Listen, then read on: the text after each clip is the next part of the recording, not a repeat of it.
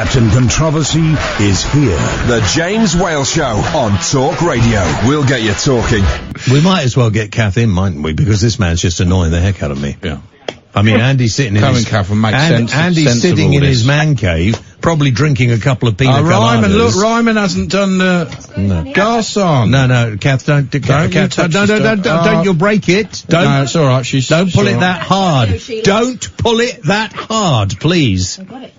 No, don't pull it that hard and push it up a bit. I've got a very gentle touch, James. Get off your knees. Right. So, here's the deal. Ian's had a wisdom tooth out by surprise. Oh, yeah. So, how'd you do that by surprise? Well, he went in for a checkup and they said, we'll have that out. You should say no. They told me I had to have a wisdom tooth out about 42 years ago. Same here. And I said, it's not hurting. Doesn't matter, but it will hurt in the future. I said, well, in the future when it hurts. Yeah, exactly. I did the same thing happened. Have a look at it. He's got it in his bag. It's a right old state. Has he got the roots on it? Yeah, and they're all gnarled like an old oak tree. Yeah. Disgusting. Yeah. So he talks me like the Godfather. So he said to me, I'm supposed to be his voice tonight, and I've got to do what he says. But let's see. Yeah, I think he's probably conning you here, because if he'd had a wisdom tooth out, he wouldn't be in here this evening. Well, I've seen the bloody mess. Look, all his cheeks are all swollen up. Are they? Let's have a look. And look at his face as well. Come in. Yeah, come in. Yeah, bring him in. Let's have a look. Show him the debris. Yeah, let's have a look at your debris. Look at his big swollen cheek. Let's have a look. Look. Where's your tooth missing? In the front? Is it in the front? He's got his sample bag there. No, there's no swelling on his face whatsoever. None at all. Not on his face there isn't. Yeah, let's have a look. I don't want it in my hand. I'll just... Look at it. It's disgusting. It's like a bit of popcorn. Whale touched it. He's touching it with his bare fingers. You see, you could have had that left in for ages. Did it hurt? Have a necklace made. It hurt? Yes, it hurt. If it hurt. I mean, that's quite nice, that one there, with the way it goes round. Do you like that one? Look at mine. It's mild. I've got to go now. Kath's in with a rather strange... Who does he sound like? He sounds like someone. You come to me on the morning of my daughter's wedding. Talk Radio. The Late Night Alternative with Katherine Boyle. You never know just where the conversation will take you. On Talk Radio.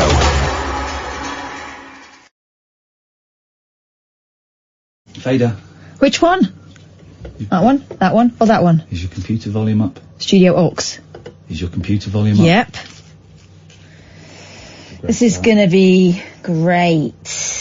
Didn't like the bumpers there. I don't know why you changed I mean, it's not your decision. Can you... How do you press this? Why isn't that working?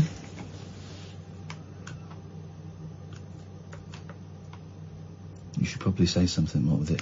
Hello, this is the Late Night Alternative with me, Katherine Boyle. It's going to be sedate whoopee is going to be had for the next 3 hours. I've been given a list of talking points you may or may not get to. Because you're my priority tonight. Yes, you. 0344 499 1000. Okay, go. Press it. Shirley, for burly, banana, pineapple, pearly, fee, fine, more merrily. Shirley. Lincoln, for bingon, banana, pineapple, bingon, fee, fine, more mingon. Lincoln. Come on, everybody. I say now let's play a game. I bet you I could make a rhyme out of anybody's name.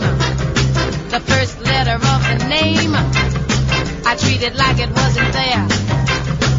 But a B or an F or an M will appear. And then I say bow at a B. Then I say the name, then banana, fan, or an O. And then I say the name again with an F, airplane, then a P, phi, and a mo. And then I say the name again with an M this time, and there isn't any name that I can rhyme. Arnold, Bobano, Bonana, Banana, Bofano, P, Phi, Momano, Arnold. But if the first two letters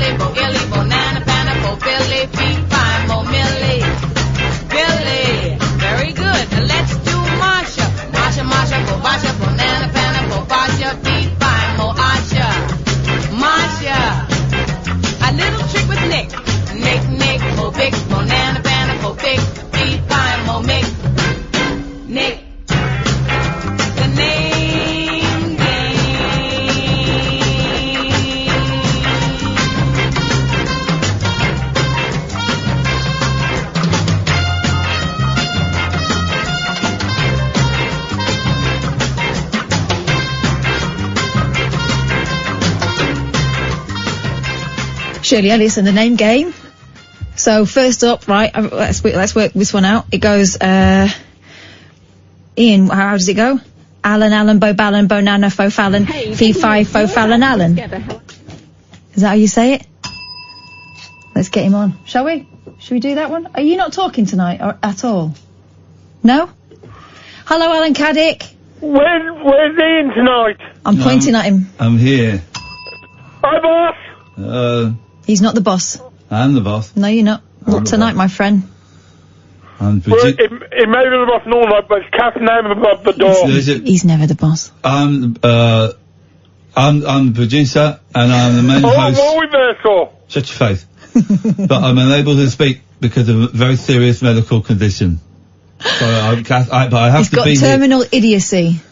I got twattish friendyitis. If I don't show up, I don't get paid. So I'm here. Yeah. And Kath is doing the show, but I'm told her what to talk about. Apparently. Oh, it's a bit of role reversal tonight. A bit of role reversal, yeah, you're right. Yes, But at least we got continuity with Sam manning the phones. Sam is not manning the phone. Sam is woman in the phones tonight. Manning. He's all over it. He's a man, Sam, isn't he? Well, that's an assumption on your part, my friend. Well, yeah, because I want to talk about holidays. Why? Because I booked a holiday for April next year. What's April think about that? £8344499 if you want to talk about a decent place for a holiday. What, you want us to suggest places for you to go? Yeah. All right, if you want to tell Alan where to go, 0344 499 1000. I've got a suggestion. Go on. Can't say it on the radio. You can't say it at all, can you? Your poor face. He looks like the Godfather. Except he doesn't need any. Yeah, except he doesn't need any cotton wool in his mouth. Is it bad running with a dentist? Well, no, he paid him for the privilege, I think, didn't you? Get on to the topics. Have you ever had anything out, Alan? I've had 6 teeth out, but I was to sleep so I have them out. What have you had pulled out of your mouth? 0344. What have you had out by surprise? 0344 499 1000. We call you back. Might not. Depends. Depends on your attitude. You're stuck. Sucks. I hope you're keeping a note of the callers, because that's the producer's job. Yeah. In fact, I've written the list already. Alan, George, Susan, Nigel from Maidstone, and some drunk random Scottish people. Well, let's add Sharon into the mix. Hello, Alan. Bye, Alan. Hello, Sharon. Hello, Catherine. Hiya, Sharon. Hang on, type it now. Have you ever anything out by surprise? No, I spoke to you a couple of weeks ago. I went to the Chill Fest, do you remember? Oh. She doesn't. But I'm doing that. Oh. Remind me what happened. I rang Iain about 4 weeks ago, and I did the It's Hot thing. Oh, and yeah. He cut me off, do you remember? Mm-hmm. And then I rang you when you were on your own. Yeah. And then you said, oh, yeah, I remember that. And I did It's Hot. It's really hot. And we got it that time. We got what you were driving at. Time. Yeah, beautiful. Yeah. And then I was going to Chillfest. All right, and how was that? It was great. What did you do at Chillfest? I mean... Chilled. Well, yeah. There's a lot of beanbags. Yeah, I drove there and back. Did you? I did. And then when you got there, the interesting bit? My best bit, in fairness, was hot chocolate. Oh. Even though there's no Errol anymore? No, but Aswad and Soul to Soul were a bit disappointing. Oh. I've seen Soul to Soul live. They were rubbish. Yeah, it was rubbish. Did they do like a 20-minute version of that hit? Back to Life? No, they literally did about 2 seconds. Was it Soul to... Hang on a minute. Was it Soul to Soul that had that person as a dancer? No, that was Happy Monday. No, that was Happy Monday. No, you're thinking of Bez. No, I'm not thinking of Bez. There was a like a sort of dancey group. Oh dear. And they supported, I saw them support, who's the young lady that plays the piano? Sings a song about my diary. Carol Wheeler? No. It's Karen. American, I want to say, Alexis Conran, but that's the That's a man. Yeah.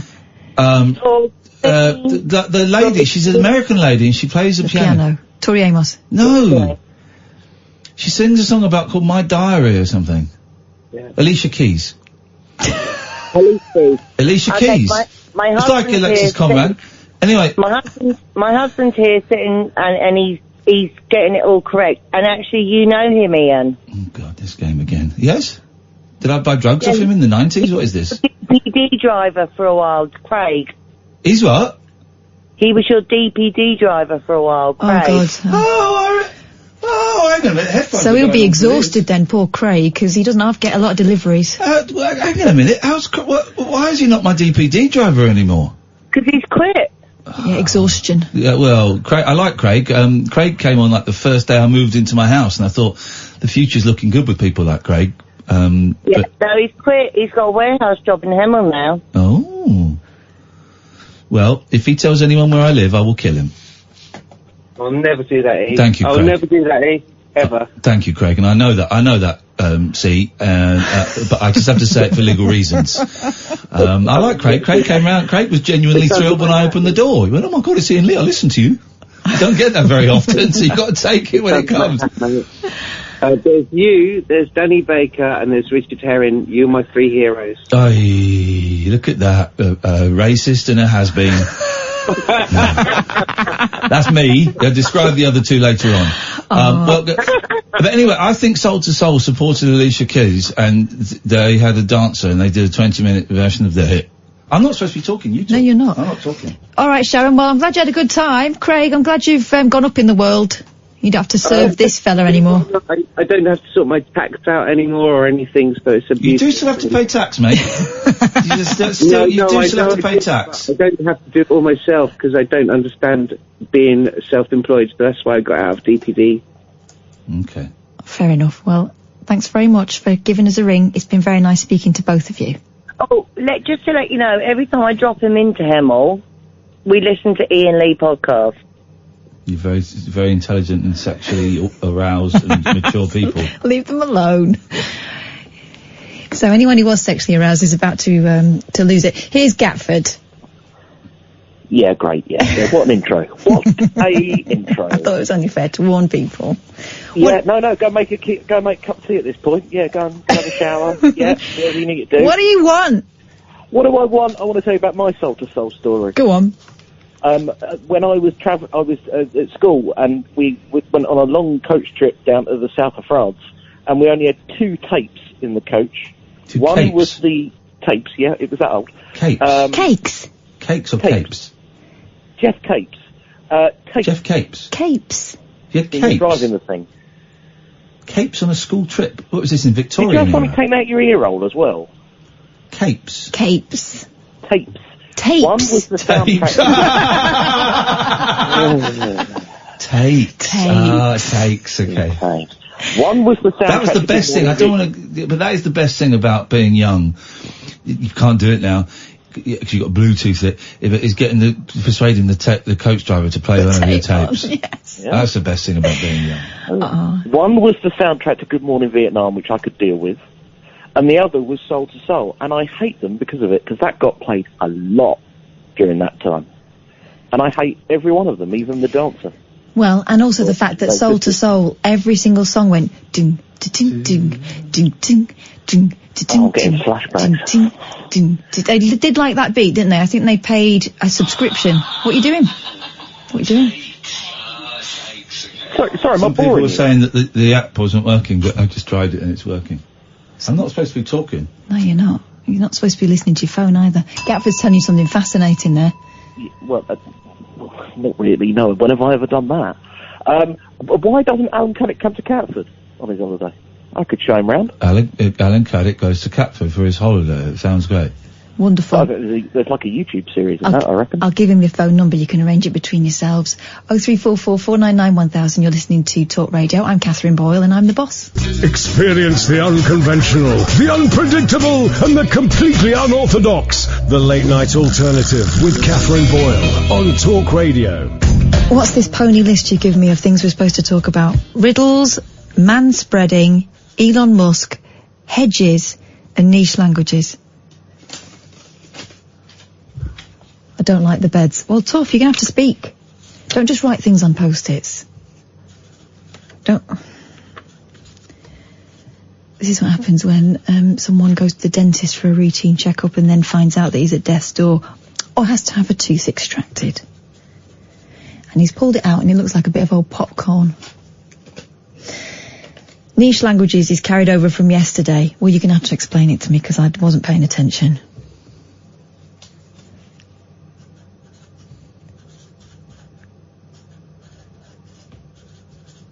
That wasn't a routine appointment. What's that got to do with niche languages? It's the thing with... Oh. 03444991000 if you do want to speak.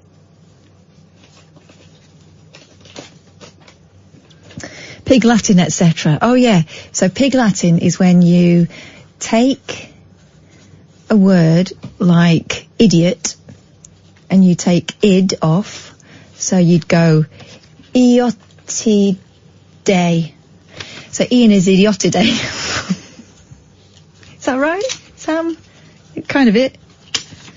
I'm one behind you. Pig Latin. What behind me? I don't want you behind me at all. I'm not reading that out. I don't think I can read that out, can I? You can't swear in a different language, can you? Paul Ross is swearing at you in digits through the window. What? One question behind you. Okay, well, I've lost patience with this. Here's what I've got. Oh, you know, we were talking the other day about what? Read it. Read what? Ooh, yay, ucking fay at.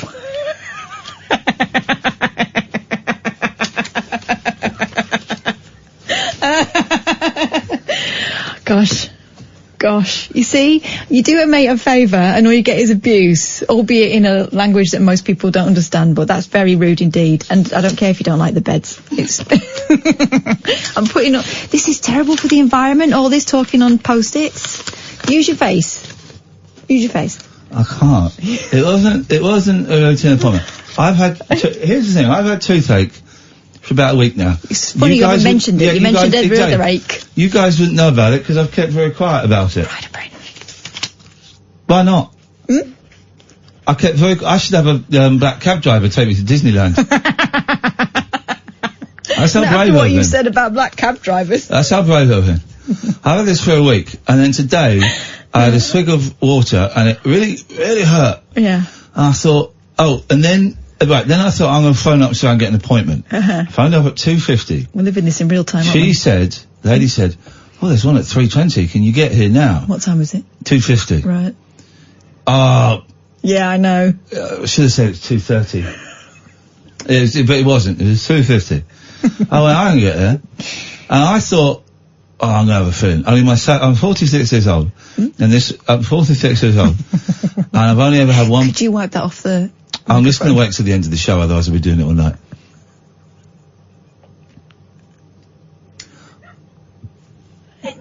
You're right, Sam. 46 years old. Yeah. And I've only ever had one filling. Yeah. And so I sat there and I thought, I'm going to get my second filling. I'm going. So I went in, and the dentist looked at the form. He says, what is a broadcaster? I went, what? He said, what is a broadcaster? Why is this relevant to your teeth? I said, that's my job. I broadcast. He said, yeah. Sorry, what now? I said, that is my job. I broadcast. He said, what does that mean? I went, what? Were you talking like this then? No. All right, that explains it. I said, anyway, he said I do a radio show, and he said, on what station? Talk Radio. Oh, the sister station, Talk Sport. And he said, so he couldn't understand the concept. He said, what time do you work? I said, 10 till 1 at night. He said, right. So if I turn on the radio at 10 o'clock at night, I'll hear you. Right, okay, you had to explain the concept of the radio to someone, and then you let them sedate you. Well, anyway. And pull something out of your head. He did an x-ray, and I was getting up to leave, and he said, oh, no, I'm looking at the x-ray now. I said, but you just took it. They look at them straight away now. Yeah. It's not like a week to be processed at the chemists. No. In Boots, chemist. No. He said, right, there's a whole... You asked! Pardon? You asked me! Oh, right, I thought you were being rude.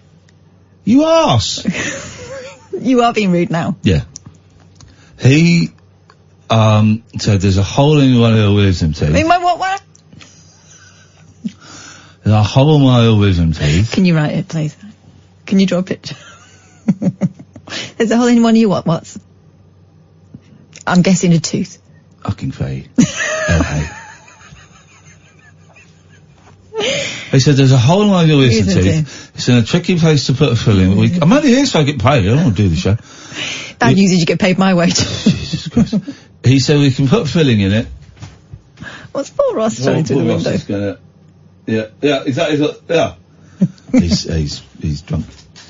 That's it, the right way around. 2 teeth out. No biggie.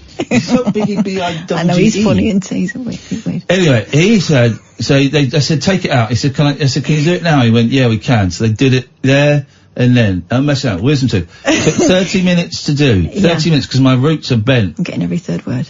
Oh. So. No, okay.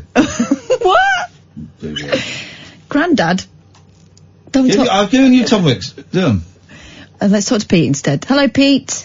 Hello there, how are you? I'm alright, thank you. I can't say the same for Iain Lee. No. Oh, Lely's just tweeted me. Lely, you got sacked as a correspondent yesterday, so you better call up and apologise. Who is this guy so I can type it down? This is Pete. Okay.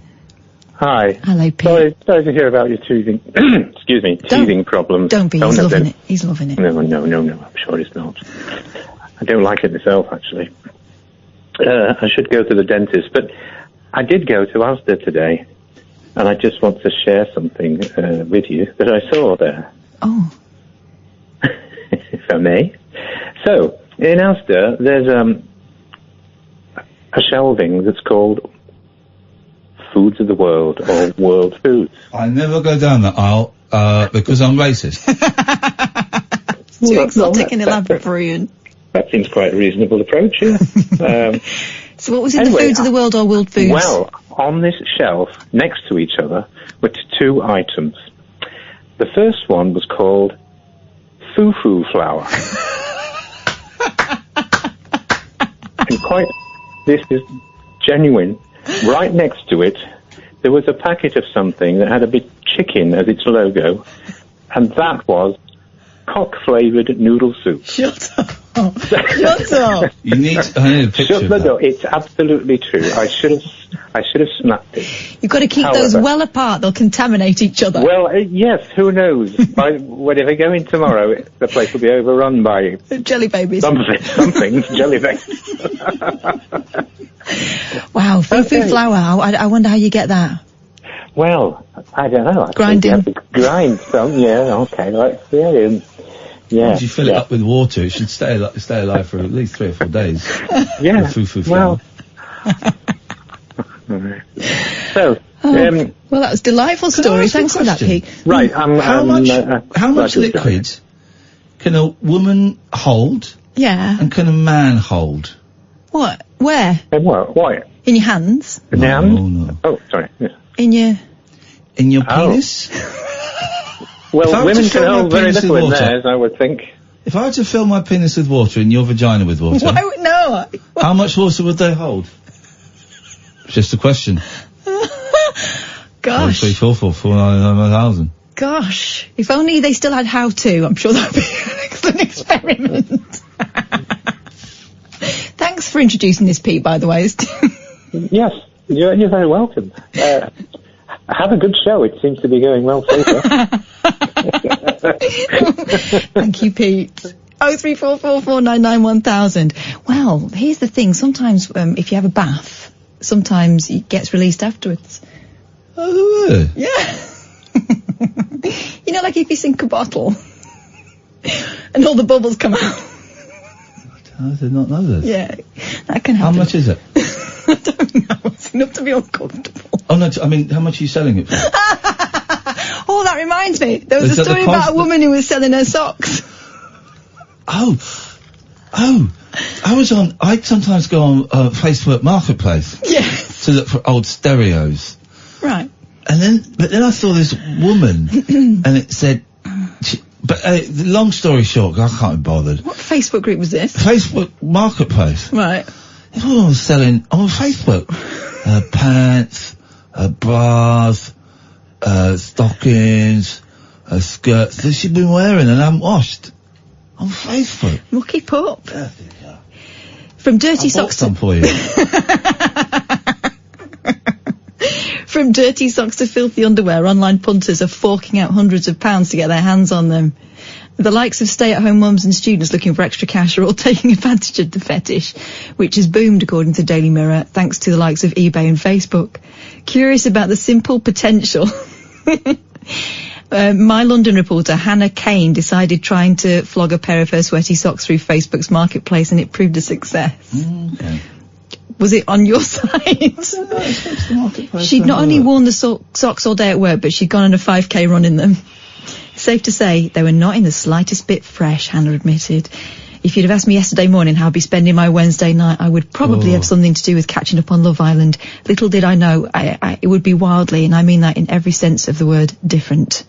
Inspired by our sister site Essex Live's experiment, I decided to see if I could make some money on Facebook selling groups by advertising a pair of dirty socks. I found some women's dirty, smelly socks for sale by someone called Marky Apples. I've just asked, is this still available? God. Within 15 minutes, I had about 5 men sliding into my DMs asking to buy my stinky socks. It's important to point out that everyone I spoke to was really polite and in no way made me feel uncomfortable. Yeah, weirdos are often like that. The only thing was, a lot of them didn't just want socks. Wow, I'm astonished. I was inundated with requests for shoes, stockings and even underwear, all of which I declined. Sure you did. By 11 p.m, I was feeling pretty weary of going back and forth to each potential buyer and wondered whether I'd made a massive mistake, so I called it a night and I thought I'll deal with it in the morning. Fresh-faced and ready for what my messages had in store for me, I opened up Messenger to find around 17 new messages from Iain Lee. Oh, very funny. They're not allowed to say who they've got messages from. That breaks Security Act. They wouldn't put that. Quickly scanning through and vetting them, I found one man who was willing to offer me what I'd asked for the socks, but there was a twist. The man, we'll call him John, was willing to pay me a whole £10 to send him 2 pairs of dirty socks. He didn't ask for anything else and even said that while he doesn't have PayPal, he'd set it up so he could pay me, something which a lot of the other interested parties had not been willing to do. Pay pervert. So off I trotted to the post office, the socks carefully wrapped and sealed, and praying the woman behind the counter wouldn't ask what was inside.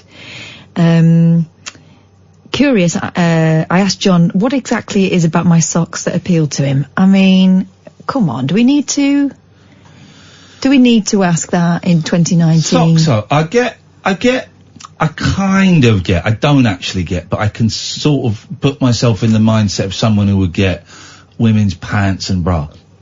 I don't personally, but I can kind of, you think, it's been close to a woman. Ooh. See, the only time I sniff pants are when I find them on the floor and I have to work out whether they're dirty or not, and that's just mum business. But I can see, as a kid, going through I can work. I haven't. I'm not talking about me. You can understand how a pervert might. Yeah. I can understand. No, I have done a lot of work on my own sexuality and what makes me tick.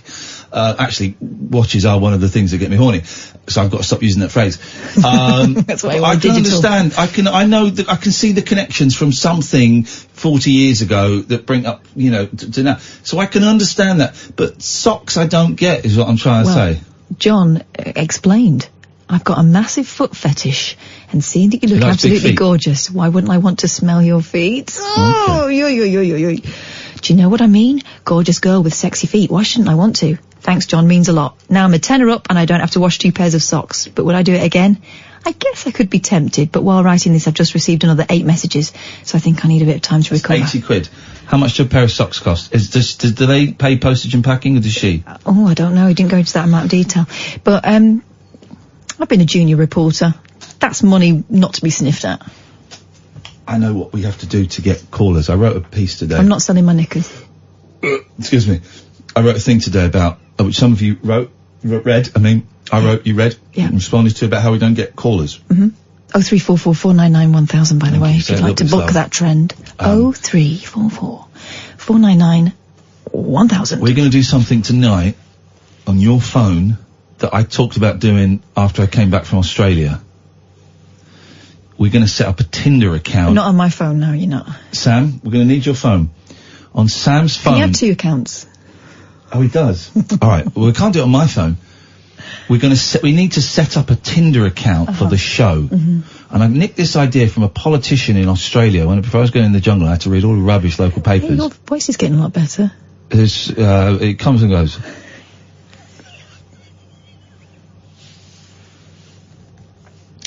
I think it's going again now, yeah. A little bad. It's just gone now. Well, I was reading, so a local politician, put an advert on Tinder saying... On Tinder? Tinder. That's very niche, Tinder. Well, I'll tell you what's even nicher, and you go on there, it's empty sometimes. Sometimes you get lucky. Siamese Tinder. Now, sometimes you get very lucky. Trust me on that one. She put an advert on Tinder saying, I want you. Yes. To vote for me. I think we should do the same thing for the show, and I bet we'll get a lot of swipes. We'll get messages. Set it up on your phone. No. Why? Yeah, it's a bit difficult to explain at home, isn't it? No, it's not. Because you're not doing it. Yeah, okay, yeah, you found a Tinder account, but it's for work. I'll set it up on my phone then, but that makes it even more dangerous. I'm lethal when I'm in the dating scene. Lethal. I'm not. Gosh, I mean... I'm not saying I've killed anyone. The case was thrown out of court. So, technically innocent. And legally and morally innocent as well. We need to do it. So one of yous has got to set up a Tinder account for the show. You can rehash mine if you want to. We can rehash his. All right, fine. You don't need it anymore. Exactly. Yo, Sammy's got his action. Cleverly, it means he doesn't have to close it. We need it for work. Right, after 11 o'clock, Sam, we're going to get you in here, and we're going to set up a Tinder account for the show. All right, sounds like a plan. Sounds like a plan. 0344 499 1000. Yeah, ring us up. Here's Roger. Good evening, Catherine. Hello, Roger. Ian's a bit talkative tonight, isn't he? Very yappy, considering his injuries. You gave him a smack on the other side of his mouth to even it out a bit. Don't you dare. The reason I can't talk is I started singing along to the Beatles in the car, and my mouth was full of blood very quickly. So I'm going quiet now I'm going quiet. I'll tell you what, there's nothing more of a feeling of relief than finding the key that you thought you'd dropped outside in the house. This is something that was taken out by surprise. It happened. No.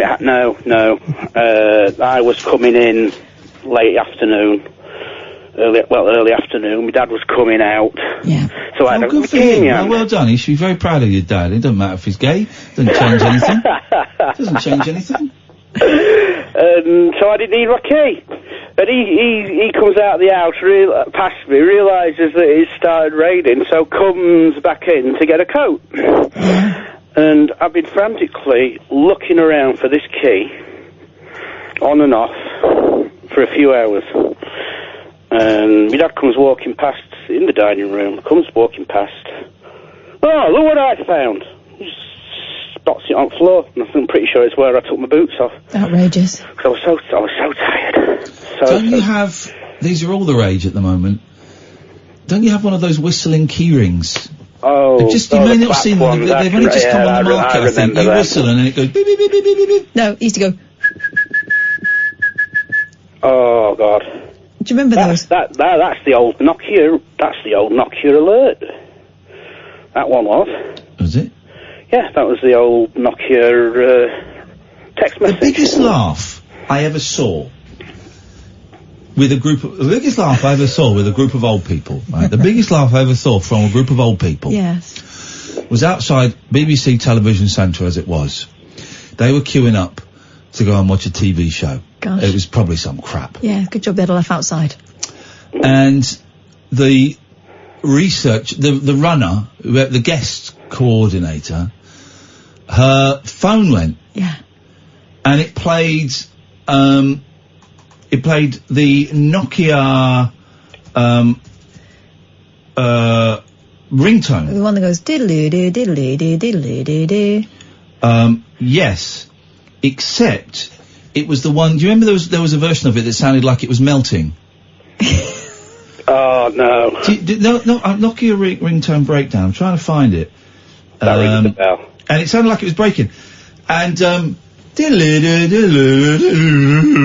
your batteries were dying. Yeah. These old people, I mean, probably literally, but metaphorically at least, wet themselves. They were in pieces. The biggest laugh I've ever seen from a group of girls. It's a good gag. It's an excellent gag. Oh, that's almost as bad as when I was going to a gig with a friend many, many years ago, and we were listening to the Monty Python Sings CD, and we were stuck in traffic, and it were a nice day, and there were some old people sat on a bench next to us, and he kept playing Sit on My Face over and over again. That was one of the tapes we got the school bus driver to play for us. Oh, I love that album. And I had a funny thing today. I don't know whether you saw it. I sent it you on Twitter. As regular listeners will know, I am continuing my quest to find employment. Oh, yeah. And I go to a place with somebody that helps me find jobs.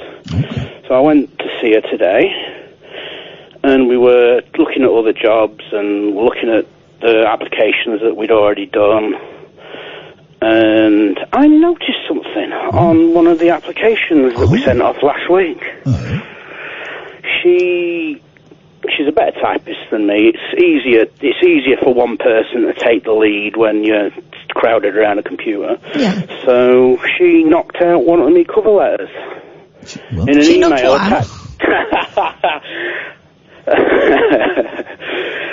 She quickly typed one up. Because we've got Oh.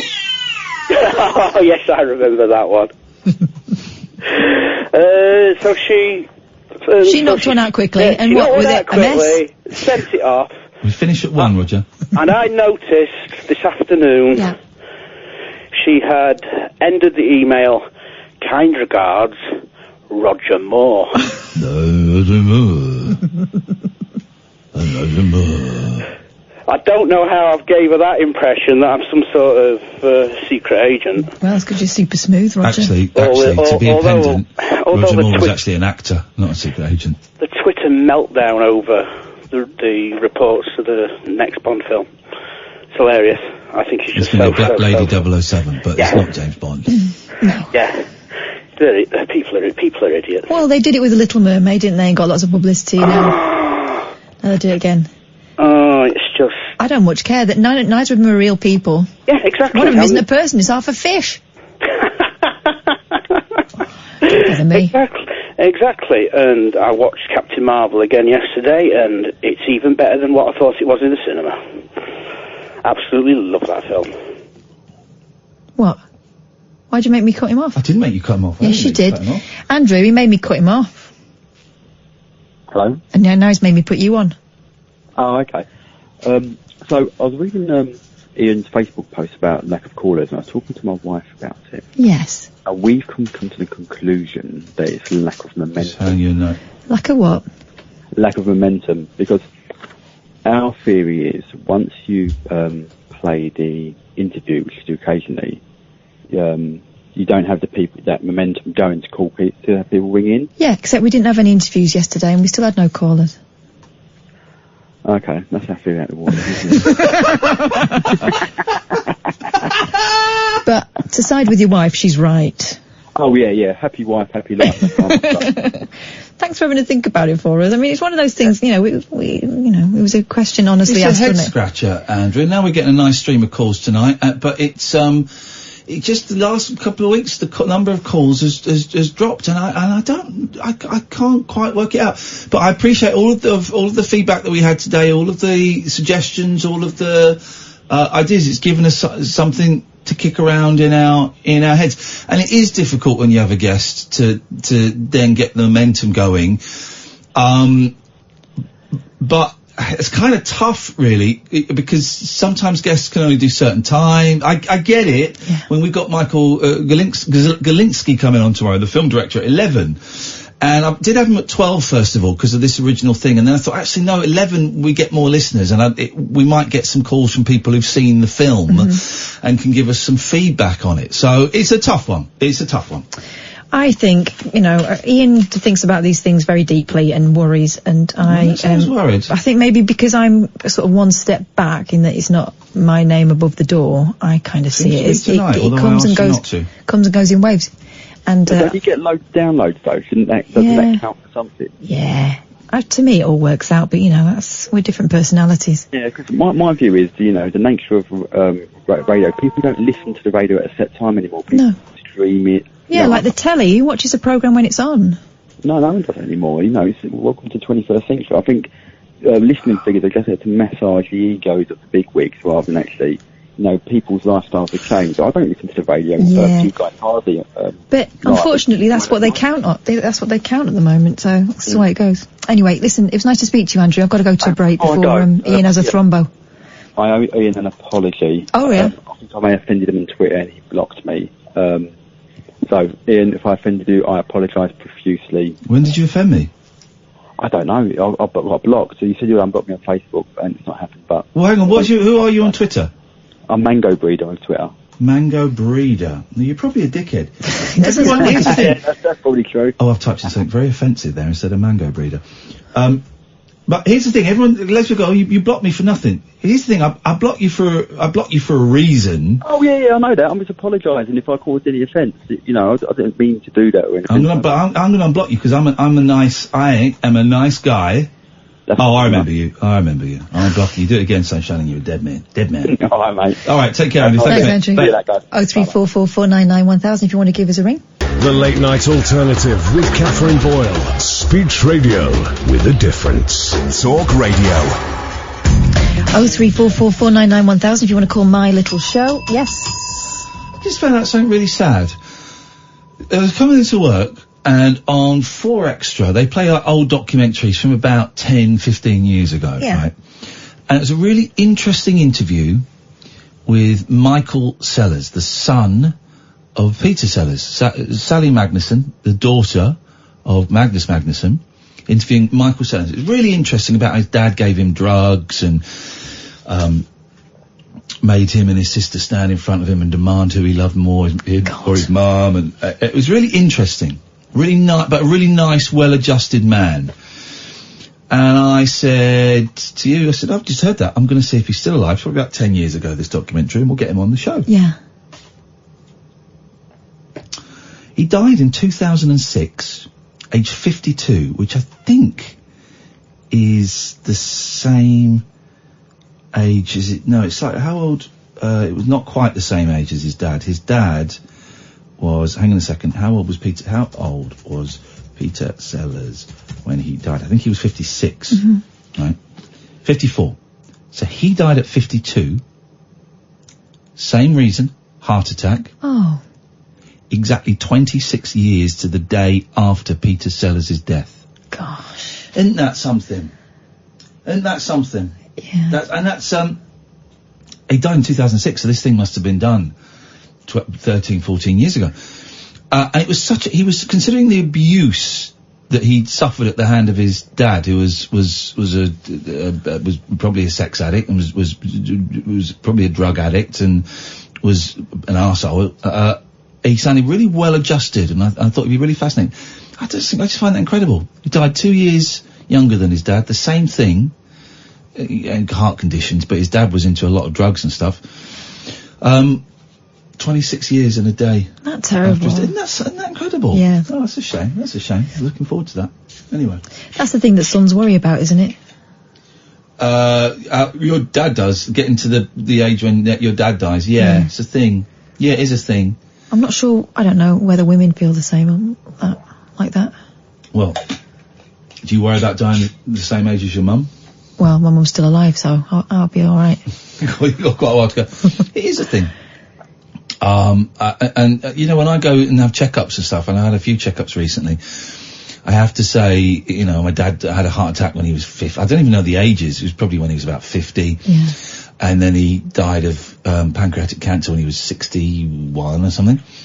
But the heart attack, we'll put you down as a heart attack risk. Yeah, but he was massively overweight and he was smoking 80 cigarettes a day at that point. We still have to put it down as a risk. I go, well, that's nonsense risk because you don't, because I'm living a different lifestyle to him. My dad had the same thing. I think Grandad died when he was 62, which we thought was old but he'd always been ill, right? Because he was, And he was a lazy bugger. He used to sit in his chair all day. And so he seemed a lot, and he did put his teeth in a lot. So he seemed older than he was, right? And of course when you're 7, someone who's 62 is old, aren't they? But yeah, he'd had like 4 heart attacks or something by the time he was 50. But that was 80 fags a day. He didn't drink, you see. He used to work on the prints, in the printing works in Manchester. And while the other blokes would go out to the pub, he'd carry on working and he'd have a fag on, but continue. He'd start one when he was finishing another. 80 a day. I'm just thinking that when I was like about 5 or something, when I was fully aware of my granddad Bill, was probably about the same age. He was probably about the same age that I am now. Wow. God. And he was ancient. He was, you know, he was always very tall and sort of greying, balding hair. And he would have been about 46 when I know my mum had me when she was 21. Yeah. I'm kind of guessing a bit, but I think I'm pretty right that he would have been about 26 when he had my mum. And you think, flipping heck, he was the same age as me, he was an old man. I remember my grandparents being in their 50s. But people seemed older, didn't they, back then? Older. They looked older. Mind you, all you need to do is look at the flipping film of the 1990s now. Everyone looks ancient. Let's have a quick word with Paul, who I'm sure is a spring chicken. Hello, Paul. Catherine, how you doing? I'm all right, Paul. Thanks for giving us a ring. What have you got? I'm all right, thanks for asking, Paul. Oh, we know exactly how you are. Still my show. You're sounding good, man. He's sounding a heck of a lot better all the time, comes isn't it? And that, Paul, is big thank you to the NHS. Thank you to the NHS. Here's the thing. If I talk too much, I start bleeding from the mouth. And I have been bleeding from the mouth during this show, but I'm only mentioning it now because you forced my hand. For those who've just tuned in, Catherine... We don't want to know about your seepage. Catherine, we know about yours. Catherine is driving the show. I'm producing it, I'm writing it, I'm directing it. He is not. I have come up with all the topics. Excuse me. God, he's given me a random list that I don't know what I'm supposed to do with. I'm fine, thanks for asking, Paul. Continue, please. Well, do you know what? It was Roger who prompted me to call tonight. Why? Have you had something fall out by accident? Or you want to kill Roger and you just want his contact details, because we can help. It was to do with, you know, like the old Nokia beep beep beep thing he was talking about. Yeah. It's Morse code. Yeah, I know. Awesome, isn't it? So you got ... .. Is it true? It's connecting. Is that what it is? It's SMS. Oh, is it? Isn't that cool? You didn't know that, Catherine? Because you would have that would have been the first thing you'd ever told me. No, I bet means connecting. Does it? I think so, yeah. That's awesome as well. Well, if it's true, it's just something I've been carrying around for a long time. That doesn't necessarily mean it's true. Like when Dad told me that Hitler's first name was Billy. It might have been. I don't think it was. We would have known about it. What's the matter, Ian? I like Tom Newton-Dunn's hair. And he walked past me the other day because he was doing that thing with BJ and the C word. Yeah. All I wanted to say to him was, I really like your hair. I've seen him a few times. I've been at a few things that he's been at. I really like your hair. Tell him. The political editor of The Sun doesn't want to know that I like his hair. Of course he does. All right, next time I see him... He's a human being. Tweet him. Tweet him now. All right, I'm going to tweet him now. All right. Watching you on telly and I like your hair. That's going to sound it's going to sound like I'm doing a joke. Tom Newton-Dunn, Twitter. All right. Let's... You did this, Paul. Sorry, Catherine. All right. Here we go. Hi, Tom. This is going to sound weird, but I've been meaning to tell you. Been in the green room at GMB with you, and you walked past me the other day. Was it yesterday? Yesterday at Talk Radio, and I'm watching you on TV now, and I just want to say I've always really liked your hair. Blocked. What did he say? Blocked. It's sent now. It's sent. It's out there. You know, I think the compliments should be given. I think they should, and there's nothing wrong with a man complimenting another man on his hair. Paul, I think you've got a beautiful accent. Thank you very much. You're welcome. I don't get that very often. You don't get that very often when you just got it. So, have it. Thank you. And keep it. Yeah, I've got a bit of a bone to pick with Iain as well. Good. Jesus. Get in there. It's a backbone. he recommended Dr. Sarno's documentary. Oh, is this Paul? Is this Paul who's been messaging me? All right. So we got the director coming in tomorrow. So this is the film about Dr. Sarno. It's called All the Rage, and it's about a revolutionary way of dealing with pain. Thank you. Dealing with pain, and back pain in particular. I watched it just as a documentary, and my back pain pretty much stopped. Your voice is gone again, I don't know if you've noticed. It comes and goes, and that's because I'm applying Dr. Sarno's techniques. My sister watched it, and it helped her back pain. Now, Paul, you've been struggling. Give us a little update, please, brother. Well, with me, right, my back's been fine for about a year, so... You know, I messaged you and said, like, is it really genuinely worth watching? And you told me, look, just watch it, you know, take an open mind to it. So I thought, I don't want it to come back, so I will watch it. So I bought it, I watched it. That was Tuesday afternoon. In fact, I watched half of it Tuesday afternoon. What happened next was, by Tuesday evening, my back was in agony. It made his back worse. It completely and utterly ruined it, right? That's why I'm not watching it, because my back's fine. Yeah, that's the thing. Mine was. So I watched half of it, wrecked it, right? And I mean, like, properly agony. Yeah, I couldn't get up off the sofa and stuff, right? But could you understand why watching half of it could potentially cause you pain? Now you know the theory behind it. Oh, you might have to watch the rest of it to finish it off. So that's the thing. So I've watched the rest of it. I'm reading. Well, I've read about 70% of the book, and I've just downloaded the other audio book as well, because I can feel it getting a bit better now. But, like, oh my God, I've been a mess this week. Tell you what, Paul, are you around tomorrow, sort of after 11 o'clock, to give us a call? Yeah, man, no problem. Give us a call, because we've got Michael, the director, coming on, and I'd be keen to hear you two chatting with each other and seeing what he has to say about that. Cool, that sounds good to me. The reason why I'm not particularly shocked by that is the theory that this Dr. Sarno talks about is that pain, specifically back pain, is repressed rage and trauma from childhood. And that's why you saying you watched half the film and your back started hurting. It could be, you know, you've unlocked this trauma and this pain, and that's what that is. But give us a call after 11 tomorrow if you can, Paul. It'd be nice to chat to you and Michael. Yeah, that sounds great to me. And thank you for your nice DM as well. I appreciate it. Pleasure, mate. Thanks, all the very best to you. Bye-bye. Thanks, Paul. 03444991000. He can't sue us. Can't sue us. No, he'll sue you. Well, he can't sue me. Well, no, you're the producer. Actually, this is something you booked yourself. It's nothing He's to do the producer. You're the producer. You're the producer, actually. Today, yeah, well, I am. But you're the producer of the show when I recommended the film. You better cancel the guest then. I'm not cancelling a guest. Okay. You need to cancel him tomorrow when you're producer again. Let's go to the news. The Late Night Alternative with Katherine Boyle on Talk Radio.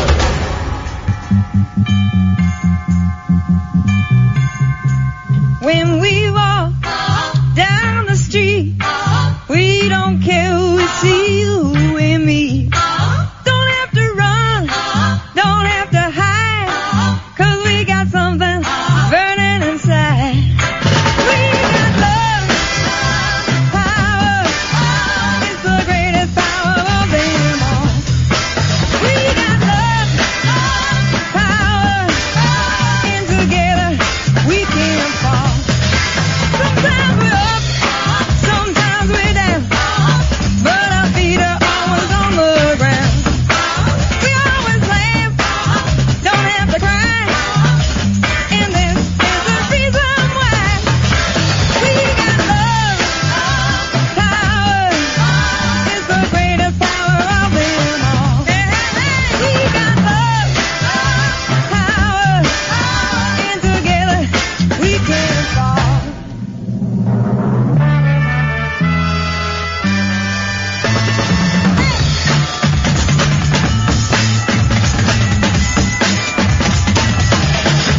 Sometimes we're up, sometimes we're down, but our feet are always on the ground. We always laugh, don't have to cry, and this is the reason why. We got love, power, it's the greatest power in the world. We got love, power, and together we can fall.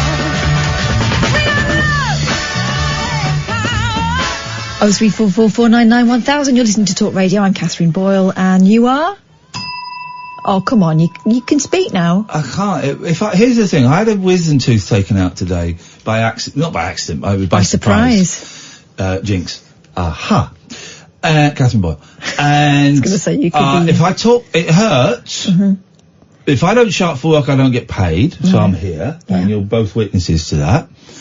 But also, if I talk or sing or shout, my mouth starts gushing blood. I'm not gushing. Do you want me to make it happen? Listen, I saw Gene Simmons. That was gushing blood. Yeah, imagine Gene Simmons, but like to the power of 10. Oh my God. That is what it looked like as I was coming in today singing along to the Beatles live in Australia. I got a bootleg of the Beatles live in Australia. Mm-hmm. Great. Really great. So that is why. So Kath is sat in the driving seat, but really I'm like backseat driving, and I'm bloody brilliant at it. Yeah. 0344 9,000. Things 9,000. Things I want to talk about. Okay. Teeth, jewellery. Sorry. Riddles. What was the second one? Teeth, jewellery. Yeah. Riddles. Manspreading. Elon Musk. Ecstasy. Hedge. David Van Day. All right, we'll talk about David Van Day. Is that you brought him up, but you got blocked by a native legend. By David Van Day. I was rude about him. I wasn't rude. I told the truth. Men can't handle the truth. David Van Day from Dollar. I got blocked because I retweeted something he'd tweeted. But I also added, do you remember when David Van Day, who was in Dollar, not Bucks Fizz, but then joined an incarnation of Bucks Fizz? Yeah. Do you remember when David Van Day tried to steal Bucks Fizz from Bucks Fizz? It's true. There's Cheryl Baker go on does, YouTube. Yeah. Go on YouTube and, I think it's called Room at the Top, Bucks Fizz. The best 35 minutes you're ever going to spend. It's insane. He gets called in as a member and then he tries to take over it. It's nuts, right? And he blocked me for that. But the reason he was in my, what's the word? Consciousness. Head. Dreams. Oh, that'll do. Is because he tweeted a really weird video, a homemade video, where I don't know where he's looking. No. Of him, and it's like a blue police light, but it's like a disco light behind him, and he's supporting Boris Johnson. But he's looking in like the wrong direction. Play it. It's the funniest thing, man. Are you concerned about crime? I am. If Boris Johnson gets elected, he's pledged 20,000 more police officers. So it's a no-brainer for me. Back Boris. I'm voting for Boris. But the video is him, looking at the wrong way and that weird, like, it's the strangest thing. He's a strange man. Listen, I don't think I was actually rude about him. I understand why he blocked me. I'd never judge another man or woman for whom they block, because it's entirely up to them. No, if they want to be snowflakes. I don't think I was, well, it's not even snowflakes. I block people and that's fine, and that's my prerogative. I don't want to see those people in my timeline. Maybe I shouldn't have retweeted him and put it, but what I said was true. He tried to steal Bucks Fizz from Bucks Fizz. I saw a celebrity coach trip once where he was on the same coach as Cheryl Baker, and she was livid. Yeah. Fuming. Yeah. Hang on. Let me see if you carry on talking. I'll see if I can find the... Fuming. So yeah, it's a very bizarre video, but he's a very strange, eccentric sort of person, isn't he? Very eccentric. So yeah, there's that. I'm going to send you, I'll send you the link. All right, let's have a look. 03444991000, by the way. And Giselle, Dom, Kira and Nigel, I see you there, and I will be with you in a second. Giselle with a very soft G, and I love Giselle. Giselle. I think she's more of a... I think she said she's Giselle, doesn't she? Yeah, she does. Actually, you were quite offensive. If you checked your private email address... Yeah. I've sent... It's the Harry Hill... TV burp playing, but it might be worth... all right, let's have a look. This is on Harry Hill talking about Coach Trip. Area. I wonder what's going on down on Coach Trip. By the way, I love this programme. Coach Trip.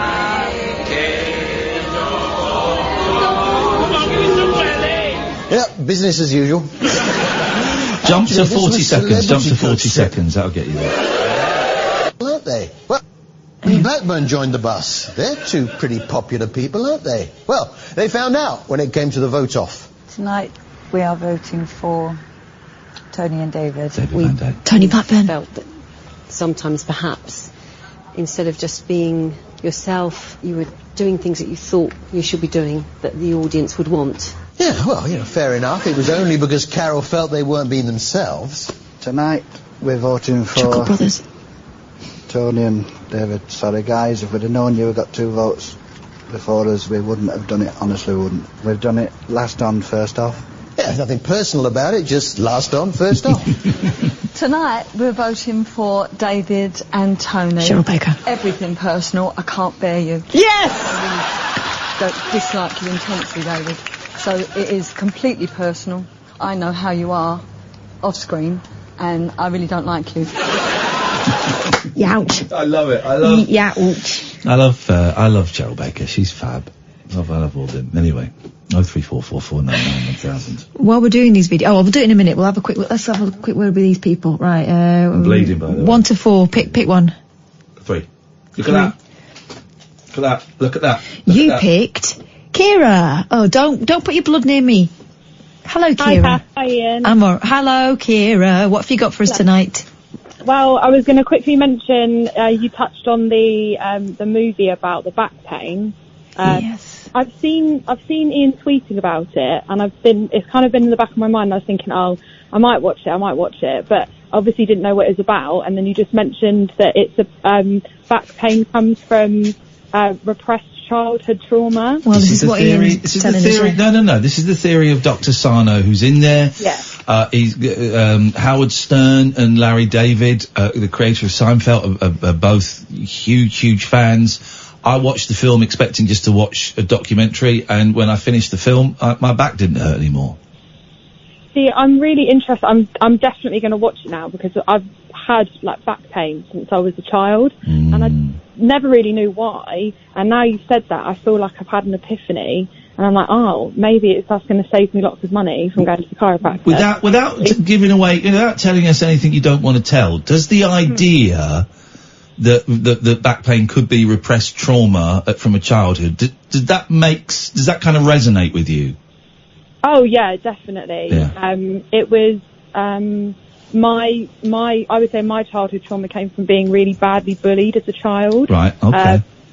And I never made the correlation in my brain. I feel like I'm probably oversharing by saying that I had a stress-induced stomach condition as a child. Yeah. And I always thought, then you just make that direct correlation. So I never even thought that could be the cause of back pain. I'm typing just because I'm going to retweet the link for you and for other people that might have missed it. So I'm not being rude. I'm just making sure everyone can see it.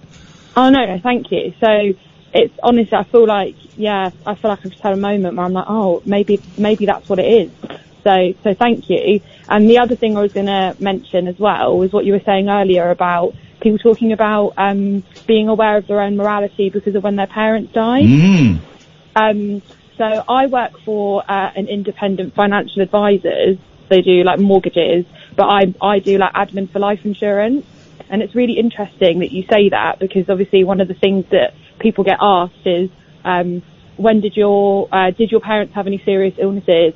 Did they die before the age of 65? Or it depends on the insurance provider. And I think that maybe in people's brains they've become very aware of when their parents die, and it kind of reflects in themselves because obviously a lot of people get this insurance for their mortgage. And I think maybe it's just serious decisions. A lot of people aren't married but are getting mortgages together, and there's probably lots of serious things going around in their brain, and maybe it just makes them more aware of their morality. I don't really know, and mortality rather. Well, I think there is partly that. I think definitely the forms you have to fill in, and the older you get, you have to go for tests, and they do ask that kind of stuff. But I also wonder if it's more basic than that, and just a more natural instinct that as you get older, when you're 20, you're going to live forever, and when you're 45, you think, oh shit, time is actually running out.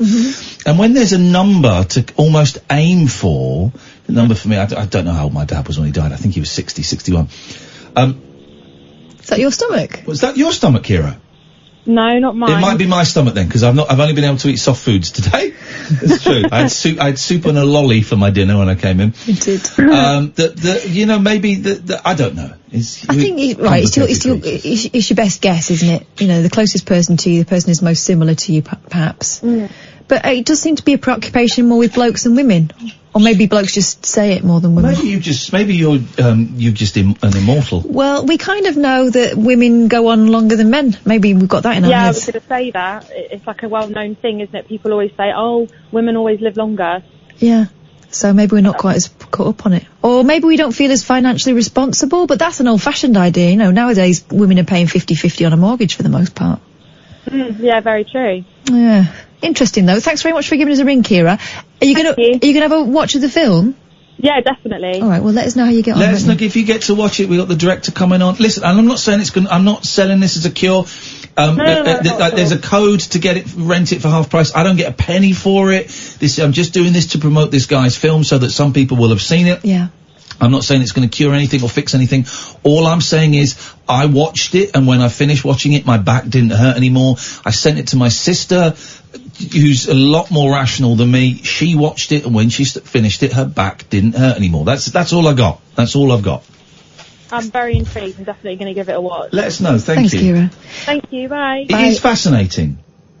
And I sent it to my sister because she is much more grounded. She can be airy-fairy as I can, but she's much more grounded than me. And I sent her a little WhatsApp saying, is your back still hurting? Because I remember she said, yeah, she was like going to doctors for ages and was, couldn't walk sometimes. And I said, I'm going to send you a film. This is going to sound insane, but I watched it, and when I finished it, I watched it over 4 or 5 days in like 20-minute chunks. When I finished it, my back pain had 95% gone. It's a bit stiff. But I just want you to watch it and just, because you're reasonable and you'll tell me if I'm talking nonsense. And she watched it and she replied, this is crazy, but my back pain is gone. It's nuts. Yeah, look. But imagine if this is, let's play a little mind game for a second. Imagine if this is the answer to a significant number of people who are in pain. Because you can go to pain clinics. There's not really a lot they can do. They teach you how to manage pain, and it's with drugs and it's with mindfulness and all of that, but they can't do anything about it. Imagine if this worked. Okay, devil's advocate. Go on, do it. Some people, saying someone's had trauma in their childhood is like saying someone's had a tooth out in their childhood, right? Yeah. Everyone's got something. But what I can't discount is the fact that your experience and your sister's experience. Yeah. Oh, no, exactly. If I'd have watched it, and I hadn't have had an experience with it, I'd have gone, oh, it's a cute idea. I can see some kind of it's interesting reasoning in it. But we know that you can get an upset stomach from being upset, from being scared, being anxious, being nervous, but remembering trauma as a kid. When my mother-in-law was dying, I lost about 2 stone without thinking about it because I was carrying all the tension and all the stress in my chest. Yeah. And of course, if you feel like you're full all the time because you're not quite breathing out properly, do you know what I mean? Yeah. That sounds nuts, doesn't it? But that happened. That was a physical headaches. reaction. People get headaches. I used to get migraines. I haven't had a migraine for a couple of years now, touch wood. But people get headaches and migraines out of stress and out of anxiety. So why shouldn't... I mean, it's odd that it would be back pain, but why shouldn't it? No, it's not that odd, actually, because it's all connected. Yeah. Why shouldn't it work? And if you've had an experience by watching this film, good, bad, indifferent, I'd love you to phone in tomorrow at 11 o'clock and talk to the director about it and have a conversation about it. All I can do is share what happened to me and my sister. I watched the documentary expecting nothing. At the end of it, my back didn't hurt anymore. And I couldn't walk. Some days I would come in and just lie on the floor in agony. Seriously, it was an incredible change. The next day I came in and went, look at me. It's amazing. And no moaning, which is even more incredible. 03444991000 if you want to give us a ring, you're more than welcome to. The Late Night Alternative with Katherine Boyle. You never know just where the conversation will take you. On Talk Radio.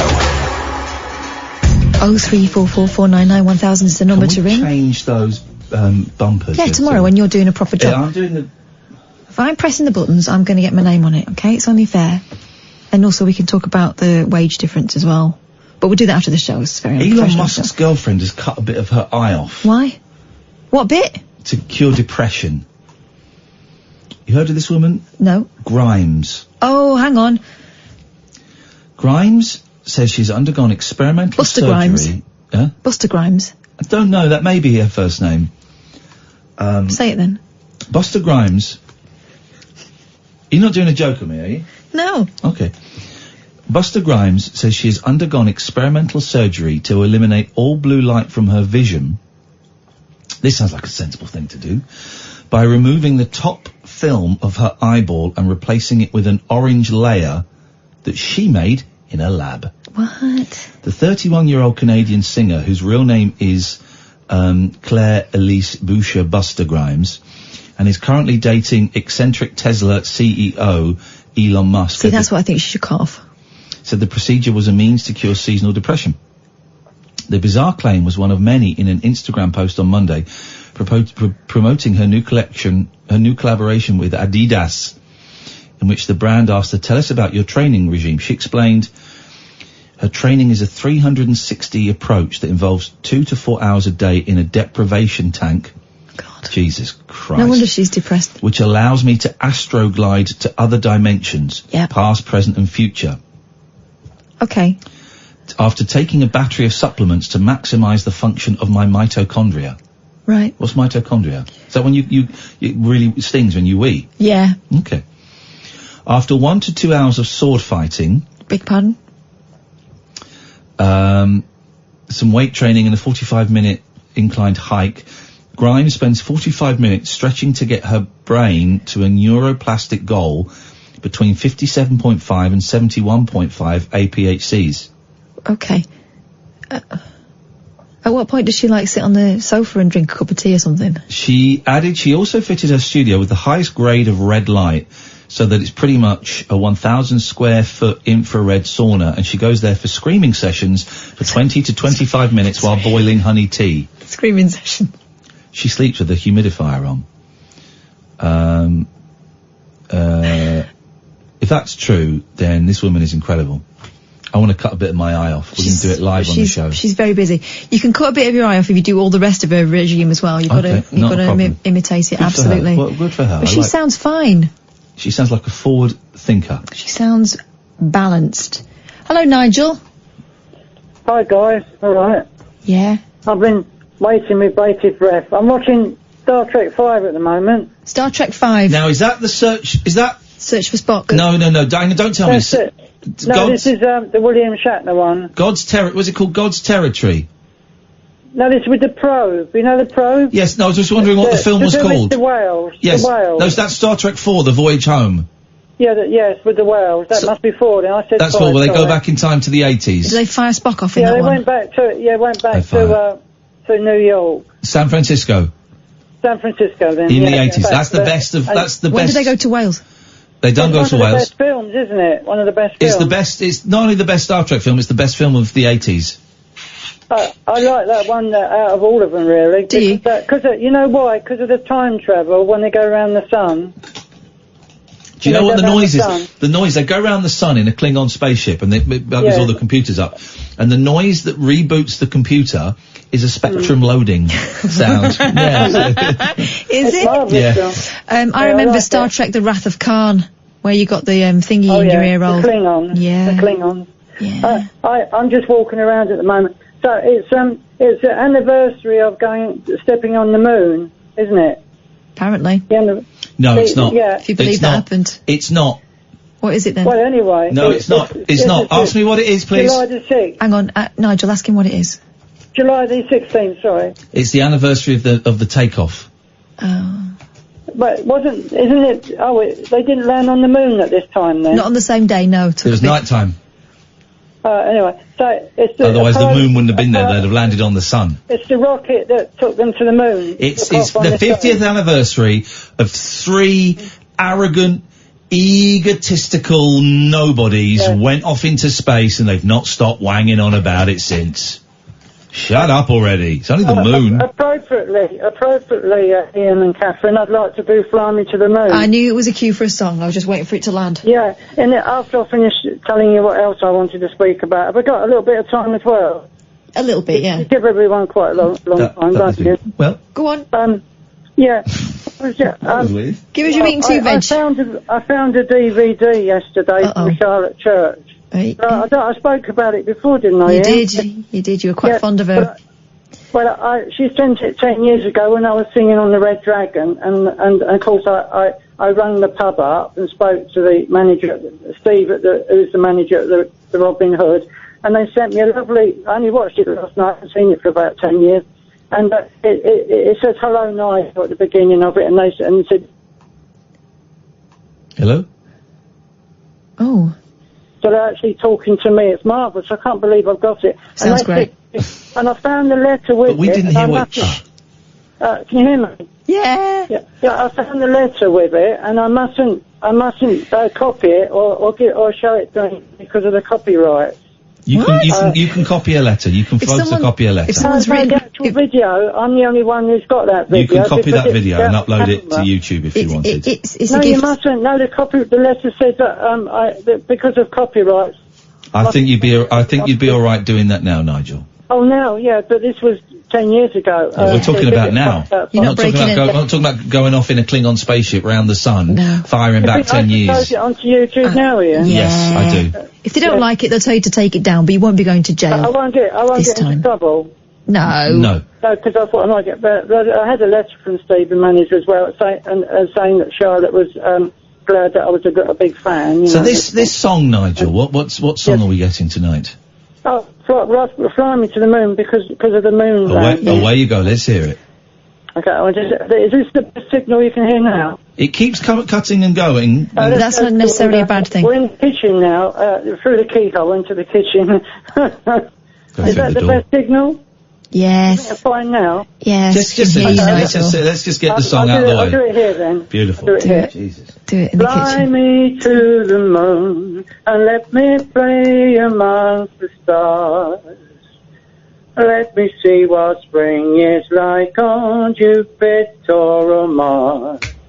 In other words, hold my hand. In other words, darling, kiss me. Fill my heart with song. Let me sing forevermore. Lavinia, do you know this one? All I long for, all I worship and adore. Lavinia! Yes. I'm here. I think he's brilliant. Sing along. In other words, I love you. Baby, do fly me to the moon. And let me play amongst the stars. We're getting Nigel's 12-inch here. Let me see what... Because it's the same chorus over and over, isn't it? Yeah, it is. It feels I love it. There's no difference in the second chorus. Oh, nice to speak to you, Nigel. We're going to let you go. Oh, I love it. I was gonna see what I've got at my You've got to be quicker on that fader. Hang on, Lavinia. Let's hear him out. What's going on? You've got to be quicker on that fader. I know. Go on, Nigel. Yeah, I was going to take it. Oh, unfortunately, we're breaking up. We're breaking up. We've broken up. Hello, Lavinia. Oh, hi. Hi. Hi. Hi, Iain. Oh, hi. Hi, everyone. Hi. I have to say hi because it helps me for stammering. Right. Oh, what it is, I've actually been listening to you, Iain, about your back pain and everything, yeah? Oh, don't you go on? Yeah, no, well, yes and no. But what I'd like to say to him is that what you need to do, this is how I found it with myself, because I'm a highly complex person, and a highly sexual woman. Exactly, and you, what's the word, actually sound... Dashing? Very similar to me, very similar in so many ways. Anyway, what I'd like to say, you're a highly complex person, I know that for a fact, okay? And your mind's all over the place, you know, which is brilliant. It's alive and it's activated. It's irritating. But what I will Please, say... Katherine, let her flatter me. Right. Yes, Lavia. What I want to say is that, you know, all to do with your health and your back pain and all, so to do with your well-being is find the biggest old oak tree. Oh, yeah. That's probably 1,000 years old. The older the better. Yeah. And hug it. Put your arms around this tree and just stand there, because I've done this before, right? And it's brilliant. And sort of people looking at me thinking, what is she doing? Yeah. Right, is she hugging it? She was naked Or at the making time. love? That's- Exactly, right? It splinters where the sun don't shine. Yeah, exactly. But what you want to do, Ian, seriously. Seriously. Because it's all to do with nature and it's all to do with the universe. Yeah.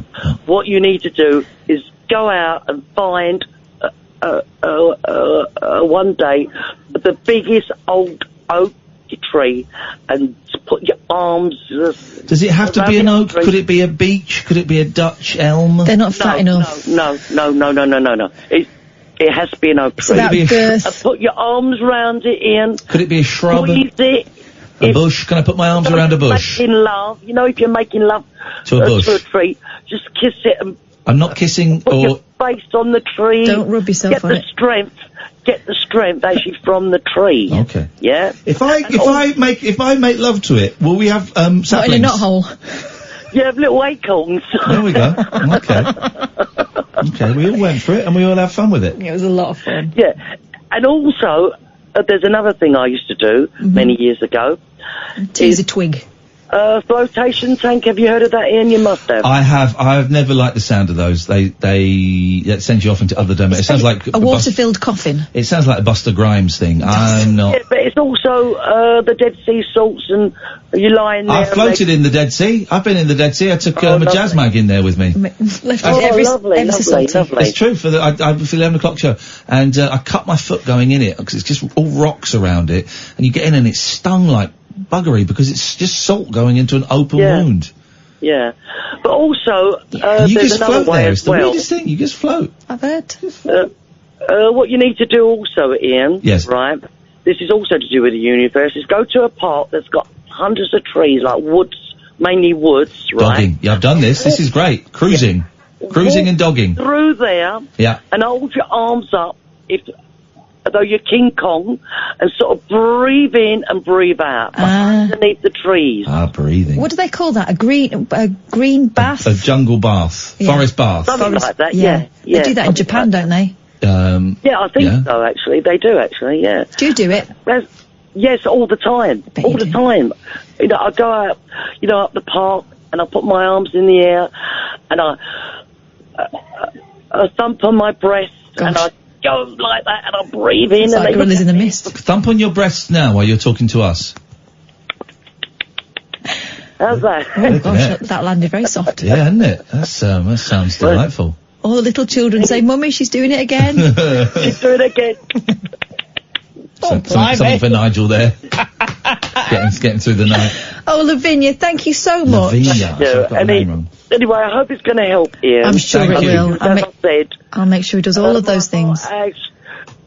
My heart actually goes out to you, Ian, because also I'm a great guy. a couple of weeks ago, you poured your heart out, okay, and also let me give you a word of advice. Go on. Embrace it, even if your back pain comes. Embrace it, even if you get a migraine. Embrace What are it. you embracing I'll in tell this you what scenario? it's I'm not going to embrace a how migraine. it is. Don't go against it. Go with it. Okay. What are we talking about here? We're talking about dicks, are we? Big time, yeah. I'm actually talking about your body. Oh, I thought you were talking about the news that okay. All right. I thought you wanted me to embrace dicks. Embrace Which I quite like it, doing. yeah, and also go with it. Don't be afraid. Thank you, All right? And also, Lavinia. there's one word I need to say. It's also to do with your mind. You have an active mind. Yeah. It's also mind over matter. Yeah. Okay? So embrace it. Whatever comes your way, hug it, embrace it, and fill it with love. What she doesn't mind doesn't matter. Exactly. No, thank you, Lavinia. I appreciate that. You're a good soul, and I appreciate the wise words. I also appreciate the comps, because I don't get any here from people that I work with. Comps and feedback. Yeah, don't get any comps. I don't get If any you've got feedback. any comps or feedback for Iain Lee, 03444991000. Or any constructive criticism for Catherine. No, I don't really I think you probably care could. for that. I think you could benefit from it. Hello, Giselle. Hi, Catherine. Hi. Hello. You're not going for the Giselle anymore. You're saying it Giselle. properly. Well, you made me feel weird about it, and now the noise won't come out. Let's put it to the. She doesn't like it. Let's put it to the big G. Let's ask the big G herself. Big G. The big G. Le grand G. Giselle, or right, we're going to call her and we're going to see who she's going to come to. Right, you ready? 3, 2, 1. Come on, Giselle. Come on, Giselle. Giselle. Oh, you're a good girl. Giselle. Oh, you're a good Giselle, girl. come on, my darling. Come on, Giselle. Thank you very much indeed. Thank you very Big mistake, because my finger's on the fader. Goodbye. No, bring her back. What? Here's the thing, it was degrading for all three of us, that last few minutes. But we did it, and we had to Pretend prove it didn't happen. Thank you, Giselle. What can we do for you this evening? Just to backtrack slightly, it's not Big G, it's Little G. That's a nickname. I saw your Facebook post earlier today, Ian, and I heard that you were saying about there have been less calls recently. I think it's the weather. You think who with the what now? The weather. I think it's to do with the weather. I think people are enjoying the weather, and with the days being longer, people have more stuff to do. So people are knackered, and they just fall asleep earlier. Yes, I would go along with that, but I think that the decline, I would, the summer always does play a slight part in it, but I think the decline has been happening quite steadily over the last 6 weeks or so. You disagree, Catherine? I disagree. I don't want to disappear, I don't want to get too meta here. I can look at the actual numbers, and we've had some really busy nights, so... alright, fine, okay, well I disagree with your facts. Of course you do. Disagree with your stats. But yeah. Maybe phone-in radio is dead. It's definitely not. It's the best type of radio. It is the best type of radio, but we're the only people doing this kind of radio, and if there were more people doing this kind of radio, I'd feel safer, but no one else is doing this kind of radio. But it means you don't have any competition.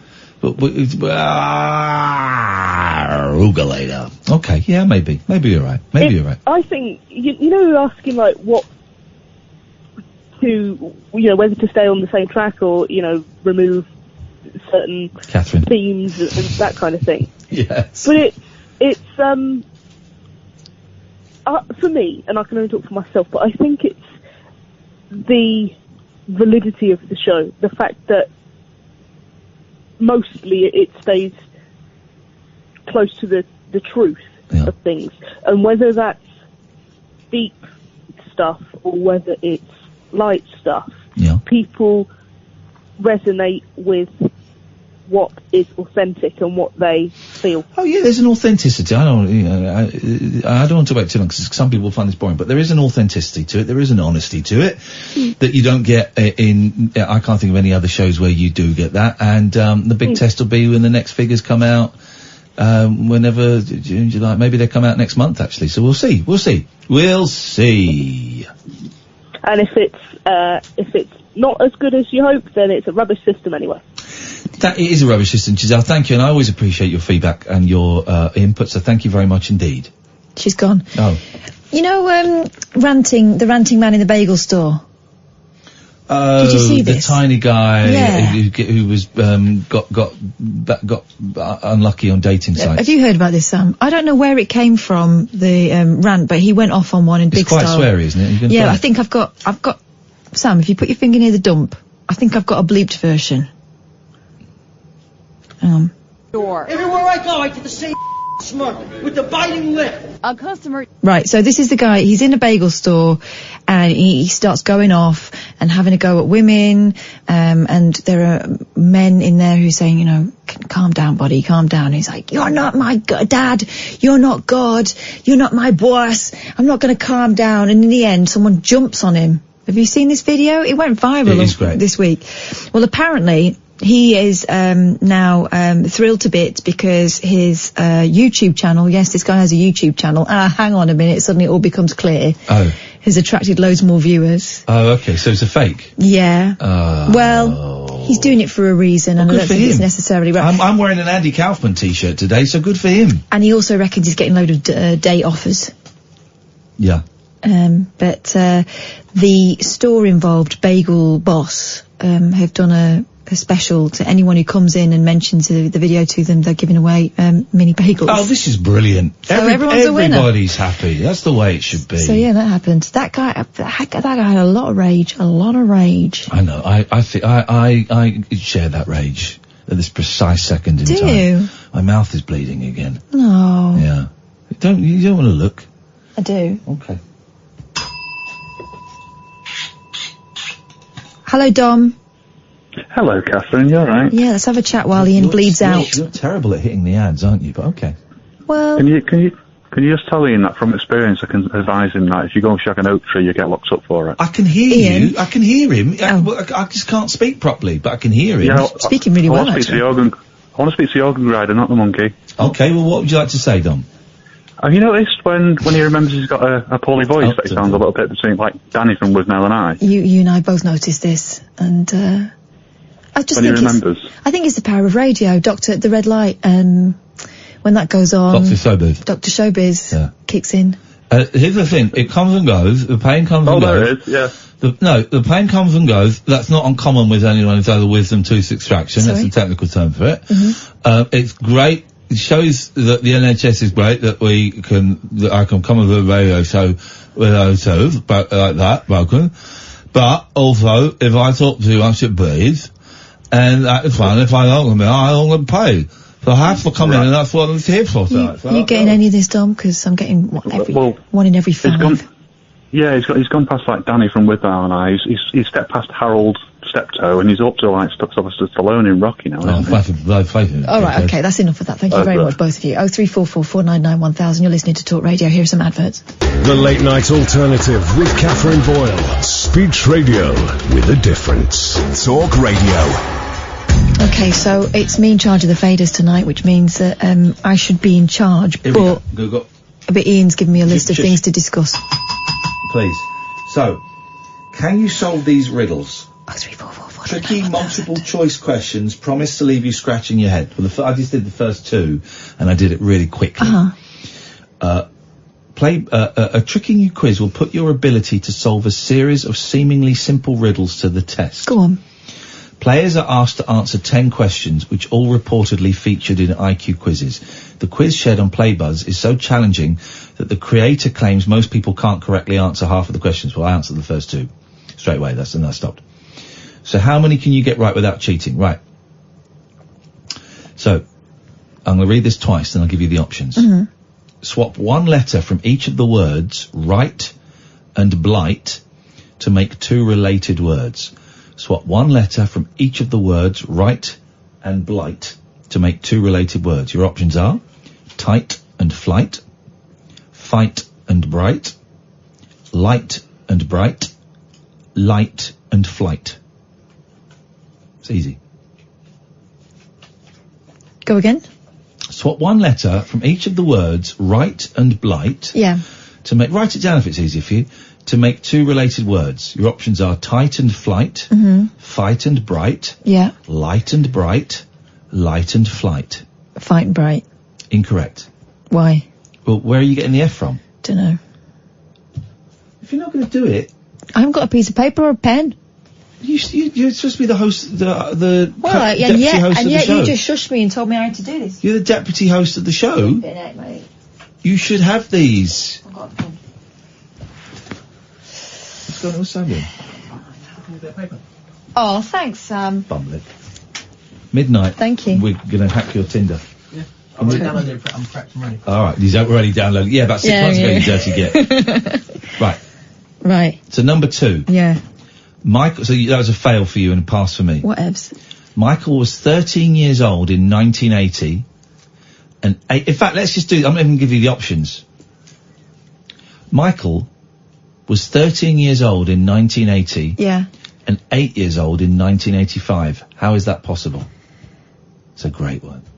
13 years old. Open your mic up, Sam. Come on, boy. 13 years old in 1980 and 8 years old in 1985. How is that? But how is that possible? Ooh, I got this one straight away. You gotta think outside the box. No, don't. Here's the thing. Don't give it 20 seconds of serious thinking. Then when you realise you're not as bright as me, go do it. Oh, actually, I don't know and I don't care. Yeah.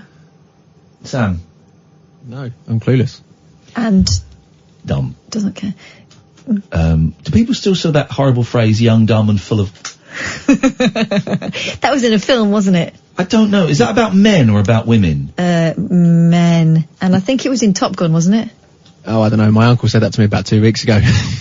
Or was it in Point Break, or was it in Top Gun? Is it one of those? It's in your diary. The dates are in BC.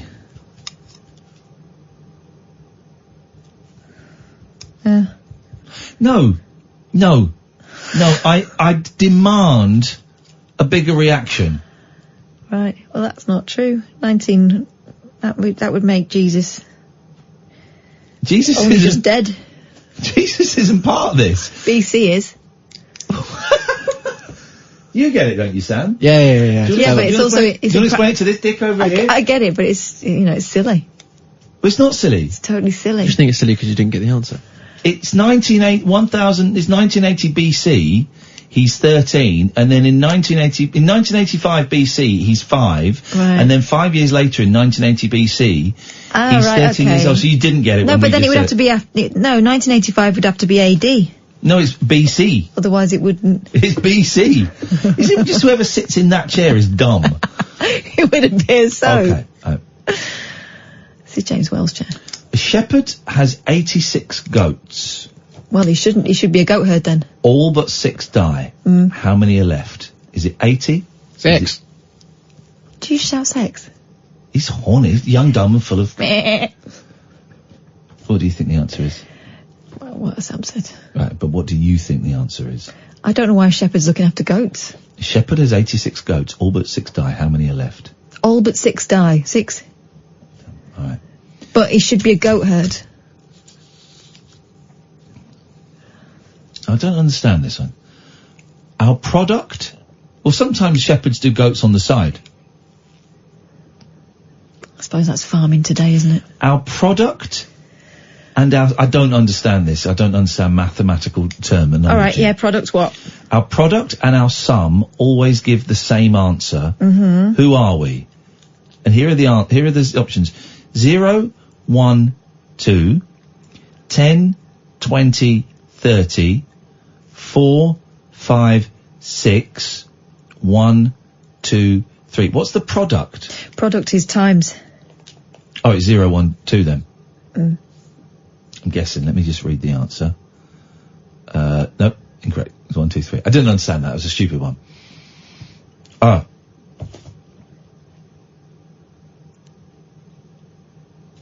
This is a stupid one. I don't like these riddles. It feels a lot like an exam. I am part of your body.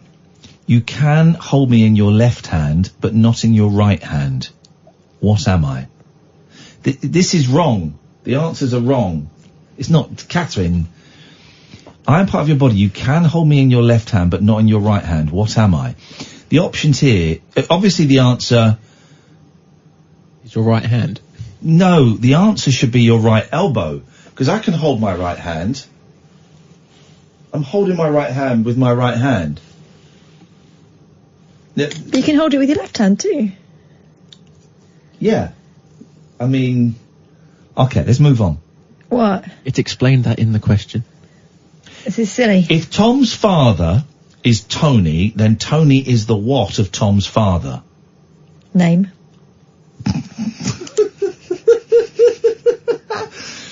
If Tom's father is Tony, then Tony is the... Oh, you're right, it is the name. Okay.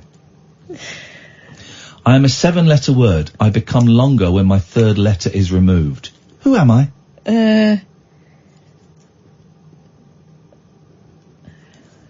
Become longer when my 3rd letter is removed. Oh, okay. This boy's got it. Hang on. 7-letter word. Lounger. Thank you very much indeed. I start with T, end with T, and I have tea in me. Who am I? Teapot. These are rubbish now. These are just like written by my kids. What falls but never breaks? It's nightfall. Night. Last one. When I get multiplied by any number, the sum of the figures in the product is always me. What am I? Is that true? What? Yeah, this is true. This is amazing. Go on. When I get multiplied by any number, the sum of the figures in the product is always me. What am I? I didn't know this. This is incredible.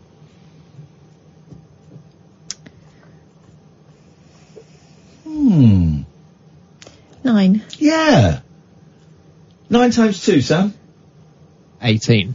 1 plus 8? Yeah. 9 times 3, Catherine? 9 times 3 is 27. 27. 2 and 7. Yeah. 8, 9. 9 times 9 is 81. Uh-huh. Isn't that clever? Well, that was a bit of fun there. That was a lot of fun. It would have been fun if she'd taken part in it. Thank you, Sam, for playing. I appreciate that. Shut up. Here's Alistair. Help, how's it going? Oh, it's hanging fine. Excuse me. Can I just say to Iain, I'm sorry that you've had the thing with the tooth, because it's terrible. I know that. Thank you, brother. Thank you. At last, I'm getting respect.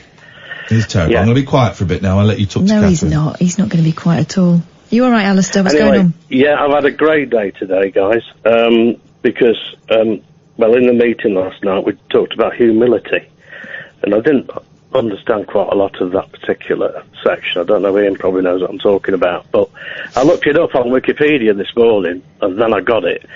So, I've been very busy, and I've been round the village talking to some of my friends and make them laugh and everything. And I felt so good that I did something outrageous. Uh-oh. You didn't knock one out in the high street, did you? Did you have it off with a tree? That would have sent me to prison straight away. True. I've got a suspended sentence. Anyway, what happened was I planned a trip.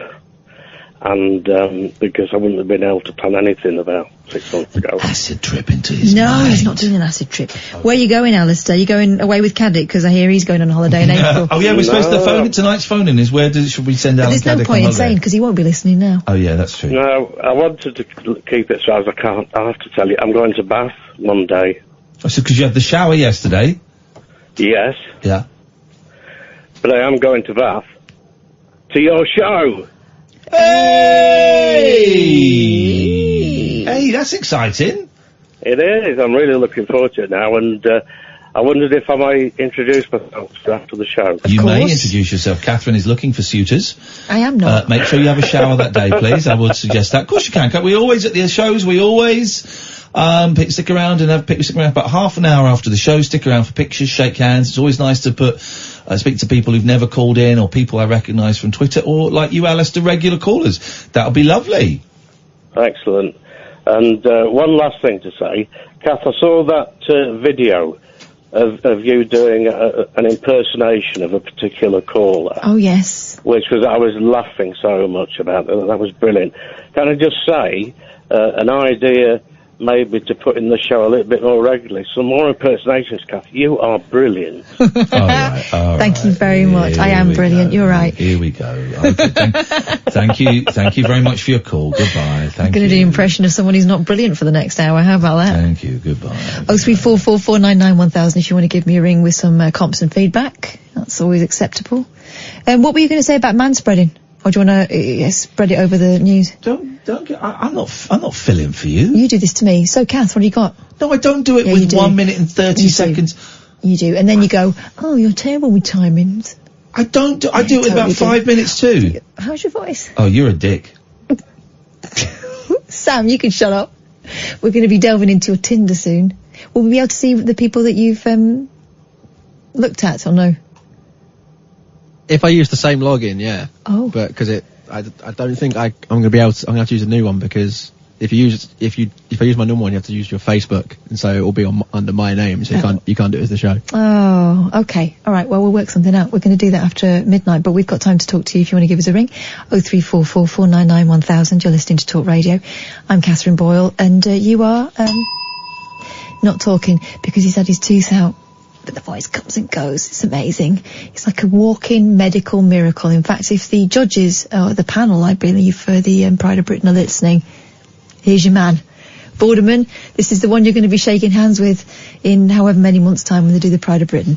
Anyway, there you go. So that's happening tonight. What are you playing? Streets of Rage. Why? Because you're getting on my nerves.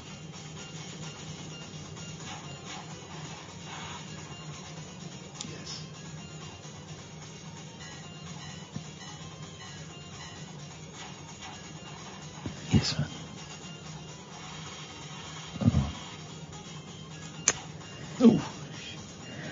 Are you going to be alright to manage the next hour of the show? Or are you going to be doing this? I'm going to be doing this. Are you? Yeah, you're getting on my nerves.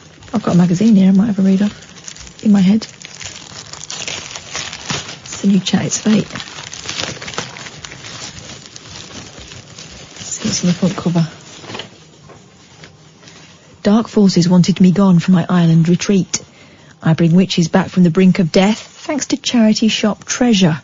And porn star by day, ghost hunter by night. All coming up on the late night alternatives after these messages. The Late Night Alternative with Katherine Boyle on Talk Radio.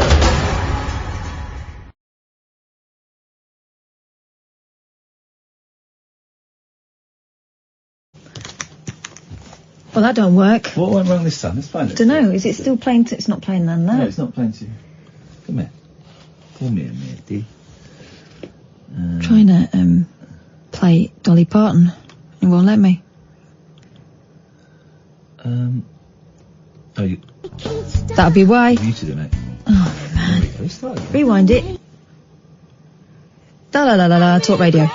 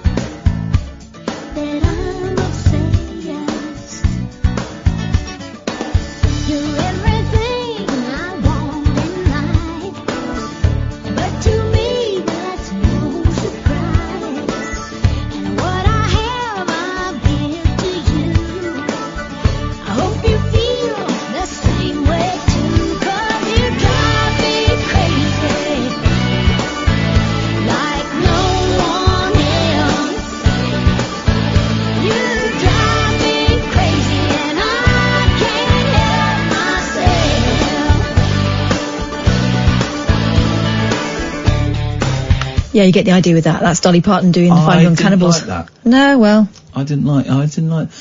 I don't think I like old Dolly. I saw one of the most disappointing concerts I went to actually was Dolly Parton. Did she mime? Yeah, a lot of it was mimed. Outrageous. It's not even like she does a dance routine. There's no excuse really, is there? It was. I like Dolly, but there was. I think we're going to find out a lot about her when she dies. Yeah, like the fact she's tattooed. Well, this is what you keep saying. Yeah. Go on, tell the ladles and jelly spoons. You look it up. There's plenty of YouTube footage.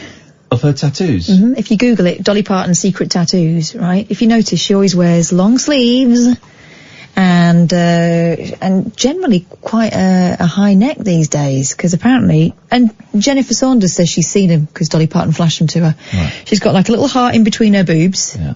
And there is stuff online where you can see through kind of semi-transparent sleeves that she's got a sleeve of tats.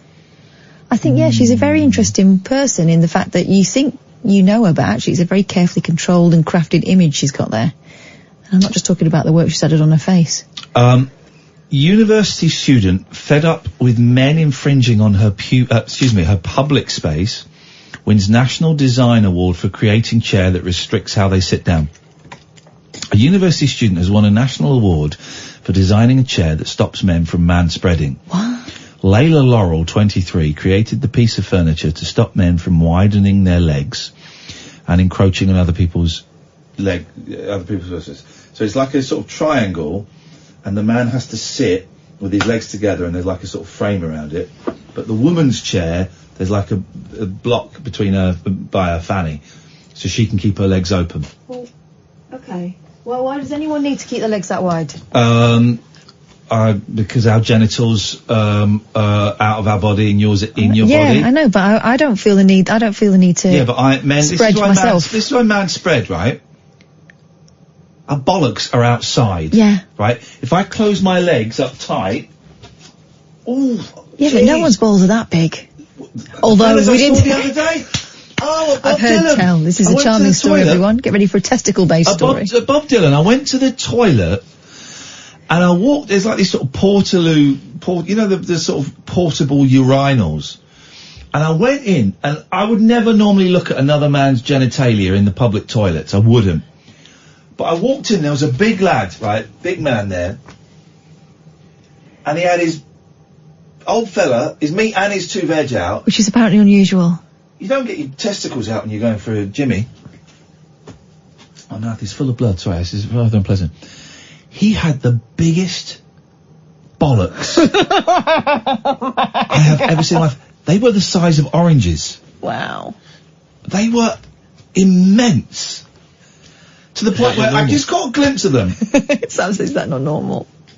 I caught a glimpse of them as I went to the urinal, and I'm looking straight ahead thinking, my God, did I actually see that?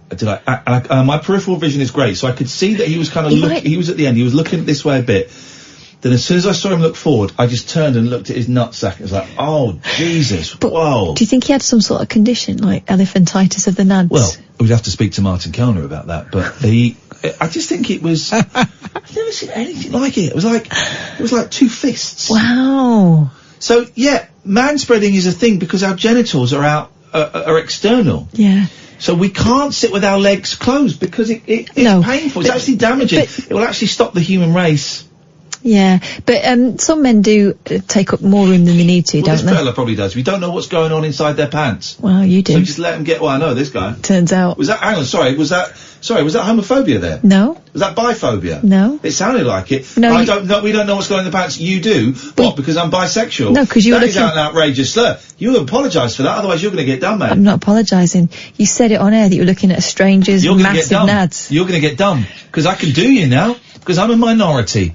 I'm a minority, and I'm doing you. Just because you're bi doesn't mean you can do me. Hello, Sloop John B. See what you did there. Howdy, Ian. Howdy, Kath. Yo. I'm in a weird space tonight. A dog I look after, I had to have it put down this morning. I don't want to be a vampire, but it's put me into a weird old space. I've been thinking about the future a lot, you know? Sorry to hear that. Yeah. I mean, it's a bit of a gut punch because it's a friend's dog and I look after it quite a lot. Oh. And, he was taken ill last night and had to be put down last night. Sometimes I don't know if I feel silly being sort of upset about an animal, but it really does hit you, you know? But, I wanted to ask you a question about something, right? If it's a quiz question, Katherine will treat it with disdain and raise her eyebrows and then, pretend she's not interested when she can't get it. And then get more right in. It could be, right? But, you know, these things, they make you think about life a little bit as you're kind of dealing with it and stuff. In a couple of years' time, the business I work for, it gives me 6 months off paid, right? What? And I've been thinking, I've probably given away who I work for. Because we're quite unique. We're a supermarket chain, which we're part of another John business. Lewis. But John Lewis pays your partner. Yes, I am indeed, yeah. How long do you have to work to get 6 months off, paid? 25 years. Flipping heck, I love it. So I was with them since I was 16, so I get that. But I just thought to myself today, I thought, right, cheer up, but what are you going to do with 6 months off? And I was going to put it to you two. What would you do with 6 months off Just get pay? wasted. Totally trashed. And then, the day before I have to go back, then I'll do my homework. You do all your homework Katherine then, would spend the time doing her homework. 6 months off, what would I do? Paid. That's the key. Travelling, or would you? I mean, what'd you do with that time off? I would sleep. I would, God. I'd eat well. I'd go to New York for a couple of weeks with nothing planned and just hang out and 6 months is a long time. That's a lot of episodes of Come Dine With Me couples. It is. But I think it can go quickly, that's the thing. And there's a few of my colleagues who have done it and they come back and just go, oh, it just kind of flew by and I now bet. it's over. Don't find yourself, The only thing I can equate it to, last time I had 6 months off, I gave birth to a person. So, that hurt quite a bit, and, it wasn't all fun and games. But, I don't know, 6 months is a long time. I don't know whether I could be off for 6 months. I struggle relaxing for 2 weeks. Yeah, well, that's how a friend of mine joked. He said you should go and be an intern for Def Jam because I love rap music so much. But I thought there's nothing worse than probably a 42-year-old man, dressing like a 16-year-old at a hip-hop label working for free. So, But maybe I might go out and join the WWE. What do you reckon, Ian? You've been getting involved in all that. I think you should go on holiday with Alan Caddick. Yeah. Do you know what? That would be an awesome way to spend 6 months, me and Caddick. But then who would phone up the show? Well, everyone else. I think we'd cope without Caddick's calls. I've just got a feeling. Yeah. Oh, fair enough. Man, so I haven't meant to be a vampire or anything, but I just want to call up, so being quite reflective, and you were mentioning earlier about trying to get new callers and things like that. Do you know what I was going to say on that very quickly? Do you not think sometimes there's people have a kind of perception that it's like a calling up can be quite a difficult thing? Do you think sometimes it's about maybe I was even thinking about maybe making a video at some point. I don't know, because a lot of people have asked me about calling up radio. And to me, it doesn't seem that strange, but maybe to other people it is, Well, some people find it a difficult thing to do. It's not a normal thing. I don't like phoning up radio shows. I think it takes a special kind of person to either have the confidence in what they're about to say that they want to throw it open to, the public, or to have the confidence in themselves that they can go on kind of unprepared and just roll with it, which is what you sort of have to do with this show. I think it is an unusual thing to ring rather than an unusual thing to be worried about ringing. Do you think some people get off on the buzz of doing it? Yeah, definitely. Because I don't know if I fall into that category. I mean, I'm a huge fan of the show, and that's why I like calling up. But I think there's part of me that goes, is it the buzz of doing it and then you've done it? Or is it the fact that you want to contribute to the show? Or I know some people are lonely as well, but it's mind-boggling stuff, Here's the thing. I don't know why people phone in, and Dave is now suggesting, what would you do with 6 months off? That's a great phoning topic. Here's the thing, Dave. It don't work like that here. People don't ring in for phoning topics. We can do it. Let's do it. Let's put it out there. What would you do with 6 months off? 03444991000. It doesn't work like that. And that's why when I wrote this thing today, I specifically said, don't give us topics, because the topics don't work in this format. And that's probably our fault. But we'll put it out there. If people want to phone in with it, you watch, Dave. Nobody's going to phone in with what would you do with 6 months off. I guarantee also, I have found another show, by the way, that's similar to the Late Night Alternative. I was going to give you a heads up on. Oh, yeah, go on. It's called Rude Jude. Does that ring any bells? No. Eminem has a station called Shade 45, and I stumbled across it. I bet it's full of drugs references and swearing and guns. Well, most of the station is, but he peppers programs in which are basically nothing to do with that. And he has this show, Rude Dude, and it's sort of like these sort of, I don't want to say odd people, but yeah, he has his own sort of Alan Caddicks and Nigels that call up, and they sort of talk about all sorts of stuff. And I sort of thought I'd better let Ian know about that at some point. You were talking about America, weren't you? Hang on a minute, let's find out. Rude Jude. Rude Jude? Yeah. But what I was going to say about Dave's tweet is it's interesting that you said, oh, that was a great phone-in topic, but you haven't given us your answer, so it can't be that good. Do you know what I mean? Exactly. You've got to, if you think it's a great phone-in topic, think about what you would say. Rude Jude looks quite sweary to me. I think, yeah, he is. You need to err with caution about playing anything, but I was going to say, you were talking about going to America or maybe doing something over there, and I'm not sure if that would be just that they have something like that. It's a big place, though. I think there's room for more than one. Well, you never know. I want to go to America for 6 months and try and work over there. That's what I want to do. That's what the position I'm in my life now. Do you know what I really need to do? A poo? No. If I had 6 months off, I need to sort my house out. It's got to that stage now where it's a mess. I need to sort out, like, the bedrooms. My eldest daughter needs to move into her own room, but we've got a room full of old toys and all that stuff. Life admin needs doing. Yeah. Stuff I put off to the weekend, and then you think, now the weekend's too precious to do that. Do it. So no, that's why I'm not taking 6 months off. Give her her own room. I've got to. It's going to be done this year. Do it this week. Do it this week. Oh man, there's so much stuff. You don't understand. There's so much stuff in there. Get a skip. I'm going to have to. Get a skip. But I also have a problem throwing out toys with faces. Get a skip. They look at me. Burn them. No. Burn Teddy. Are the girls okay with getting rid of them? No. Here's the thing. When they see them, they want them again. Yeah. Well, then they have to. You do it when they're at school. Yeah. And you go. Now, this is exciting. You've got your own rooms, girls. Brilliant. Excitement. Love. And then. The thing is, we need an extension as well on that room. Oh, well, in that case, you're screwed. 0344. Let's leave it for another day. 499 1000. This is Talk Radio. The Late Night Alternative with Katherine Boyle. You never know just where the conversation will take you. On Talk Radio. Maybe an old fella, but they're military. We just watched the clip. It's a great clip. Buzz Aldrin punches moon landing denier in the face. And also, the guy was in his face. Oh, yeah. Quite a bit taller than him and barking. You want to read a great book. Now, he's written a few, and I just looked. I don't know what the first one was, but the first Buzz Aldrin autobiography is incredible. Because after the moon landing, I don't know how the others cope with it,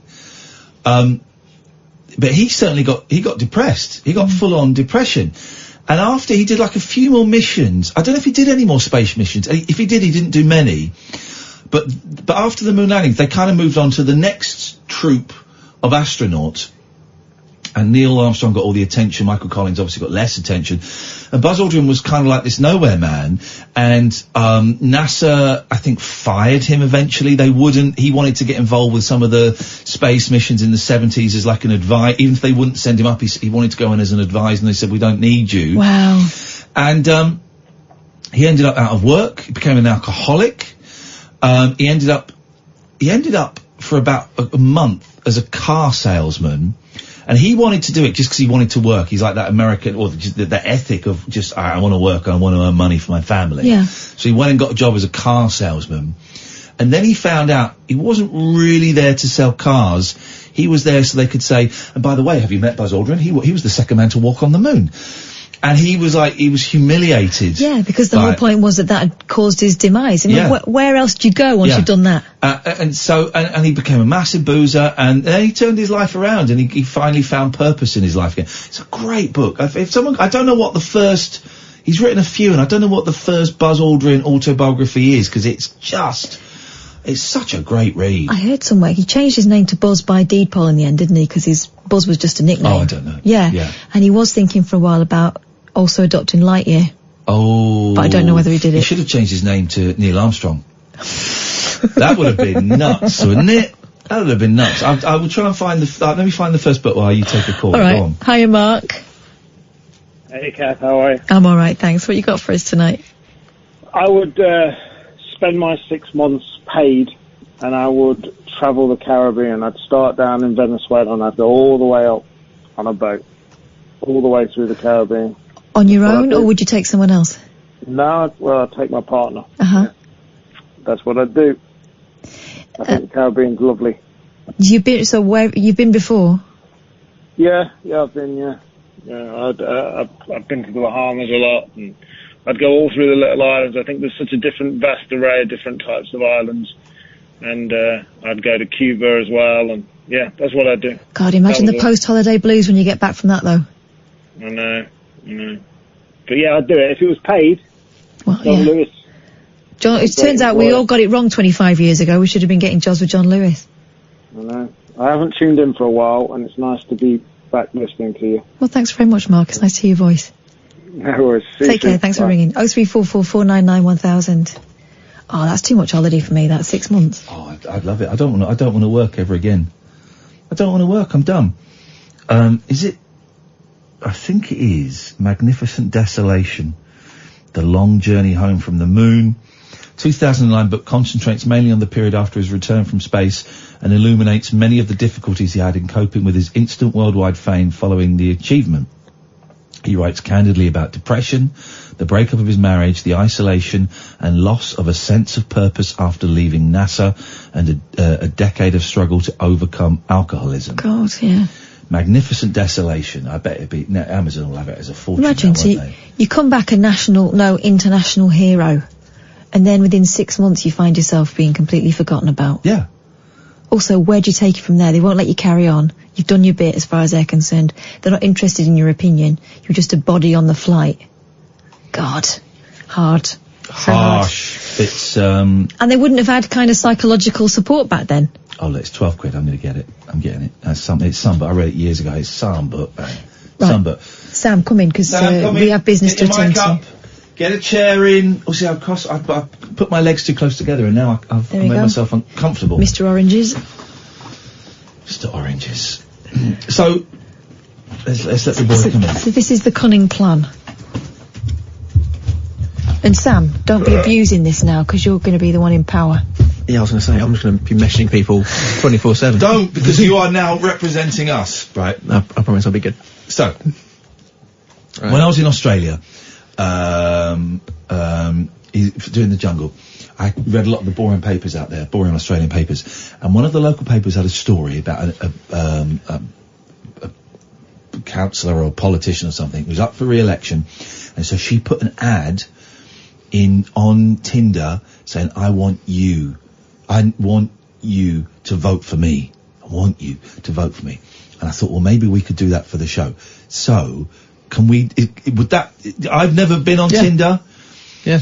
So tell me how Tinder works, Sam. So, once you set up your profile, you get pictures and profiles of everyone of the genders you choose you're interested in. Yeah. And that's basically it. You swipe if you want to be able to chat to them, or... Okay. And so will we get, if people are hot for us, will we get notification, will we get emails saying, Dana and Steve liked you and would want to... Yeah, the other thing you can also do, if you just put all the details on the profile in general, there might just be some people that could come off that but just decide not to match with you. But they could phone us up. Yeah. Right, here we go. Yeah. This is what we're doing. Are you allowed to put your phone number on there? I don't think you are you? How do you know, Kath? No, I think you can. Yeah, you can put whatever you want seem in very there. safe. All right, fair enough. You can put whatever you want. Here we go. So what we're going to do, what I think we need to do is, we're going to have a picture of me and Katherine, and it's going to say, we want you to listen to our radio show, weeknights from 10, DAB, app. Well, you can have that as the main picture, because you can have like 5 or 6 on there. This is great. Okay. Set up a profile. What do we what can we call ourselves on there? This is the thing, because I know that one of them you make an account via Facebook. Obviously not going to do that, because it'll just link to unless you make a Facebook account for it. Maybe. Okay. Or I'll try with the phone number. But then people will phone us, well, okay, but people will phone this number at the show. Well, I don't know if this is the number. I don't think it attaches the number to, I think it's just so they can, okay. I don't know. Alright. Well. Yeah, just to receive confirmation. So I guess I'll put mine. We need a romantic stroke horny prize for the first people to phone up our show as a direct result What about a couple of oranges? of seeing the oranges. You're obsessed with that man's testicles. Well, you're the ones that described them. They were huge. Great detail. After spying on him having Never a seen wee. anything like it. By the way, you can still call in, dear listener. Yeah, 0344 499 1000. We'll take calls straight to air for this bit. Don't Yeah. swear, don't be libelous. That's the only rule. You know that, guys. You know that. Okay, allow location. Sam's got the technique of doing stuff and describing it as he's doing it down to a T. Sorry, it's just I'm getting all the random mumbo jumbo. Oh, hang on. Yeah, this is linked with my previous one. Uh-oh. Yeah. Can you log out? What about if we log out and use Kath's work email? My God. Would that work? I don't know. Is it based on an email system? Possibly, yeah, because account settings, let's try. Right, log out. If I can...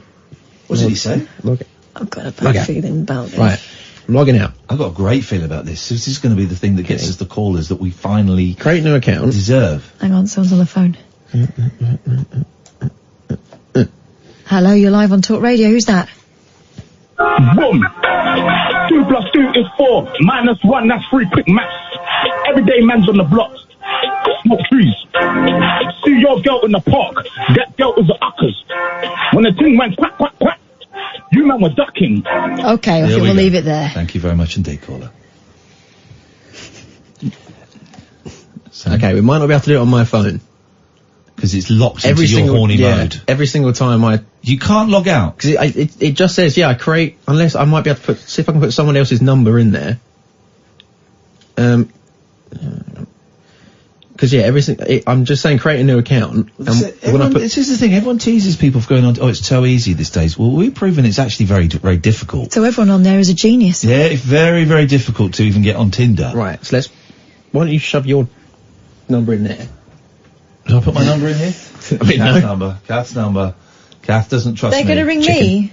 They don't ring No, you. it's just it'll literally send you a text straight away with a confirmation code which you have to put in just to prove that it's you on that device. There we go. This is it. We're working. 0344 499 1000, by the way, guys, if you want to call in straight to air. If you've got any experiences with Tinder, I'd love to hear them, good or bad. And also, what would you do with 6 months paid holiday? That's just insane. I mean, fair play, it took 25 years to get there. Right. Verifying your code. Done. Taking you back to Tinder. Yes. My first name is?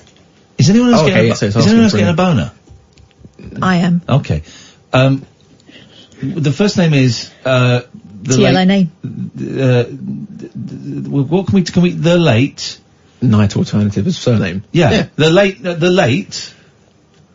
night. As one word? No. Can you do spaces? You type it. Bloody Well, I'll only get it wrong and then it'll be on there forever. My first name is the late night. Continue. Oh, when's our birthday? Oh, you muffed it up. I'll just put my birthday. 09/06/1973. Can you change the name? No, the birthday is the late night. I'm a man or woman. Okay, no, it's fine. I just think, because I know there's one thing that Tinder does is that it gives you an age preference as to what you want either side of your age. All right, well that and works. But then other people searching will not be looking might not necessarily. Well, we can't. So you need to put go something in the middle. So that will catch the most people. So what if you go around? What age gets people horny? 30? Yeah, I was thinking mid-30s maybe. 32? So what year would I have been born? 85. 83, 86 we're going to say. 86. 86. So our birthday is the 9th of the 6th, 1986. I'm let's say a man. Continue. My sexual orientation. See, again, I think that's where you might have there might be an issue. Because if you put your sexual orientation is anything, it will then the only people that will then find you. Well, let's put straight. I don't want perverts getting in touch. So I'm joking. Let's put straight. So then, yeah, it will just be women that will be getting off of this. All right, bisexual then. Oh, you can tick loads of them. I'm ticking all of them. But that's the thing, then it will just... I've ticked 3. Sure. Whatever. I've ticked... so straight, bisexual, and pansexual. Or demisexual. Pan. I'm not that keen on them anymore. We can change later if need be. Show me everyone. My university is... What? Life. Oh, God. Life. Continue. Add photos. Right. Could have told me. This was Tinder would like to access your photos. Yep. Uh-oh. Oh, I'm not looking at your photos, Sam. My eyes! Nothing incriminating. If you want to take a picture, I'm not looking at your photos. You're a young man, you're entitled to do whatever you want to do. And by the looks of it, he does. Okay, no, I'm going to have to take a actual photo first. Same fella.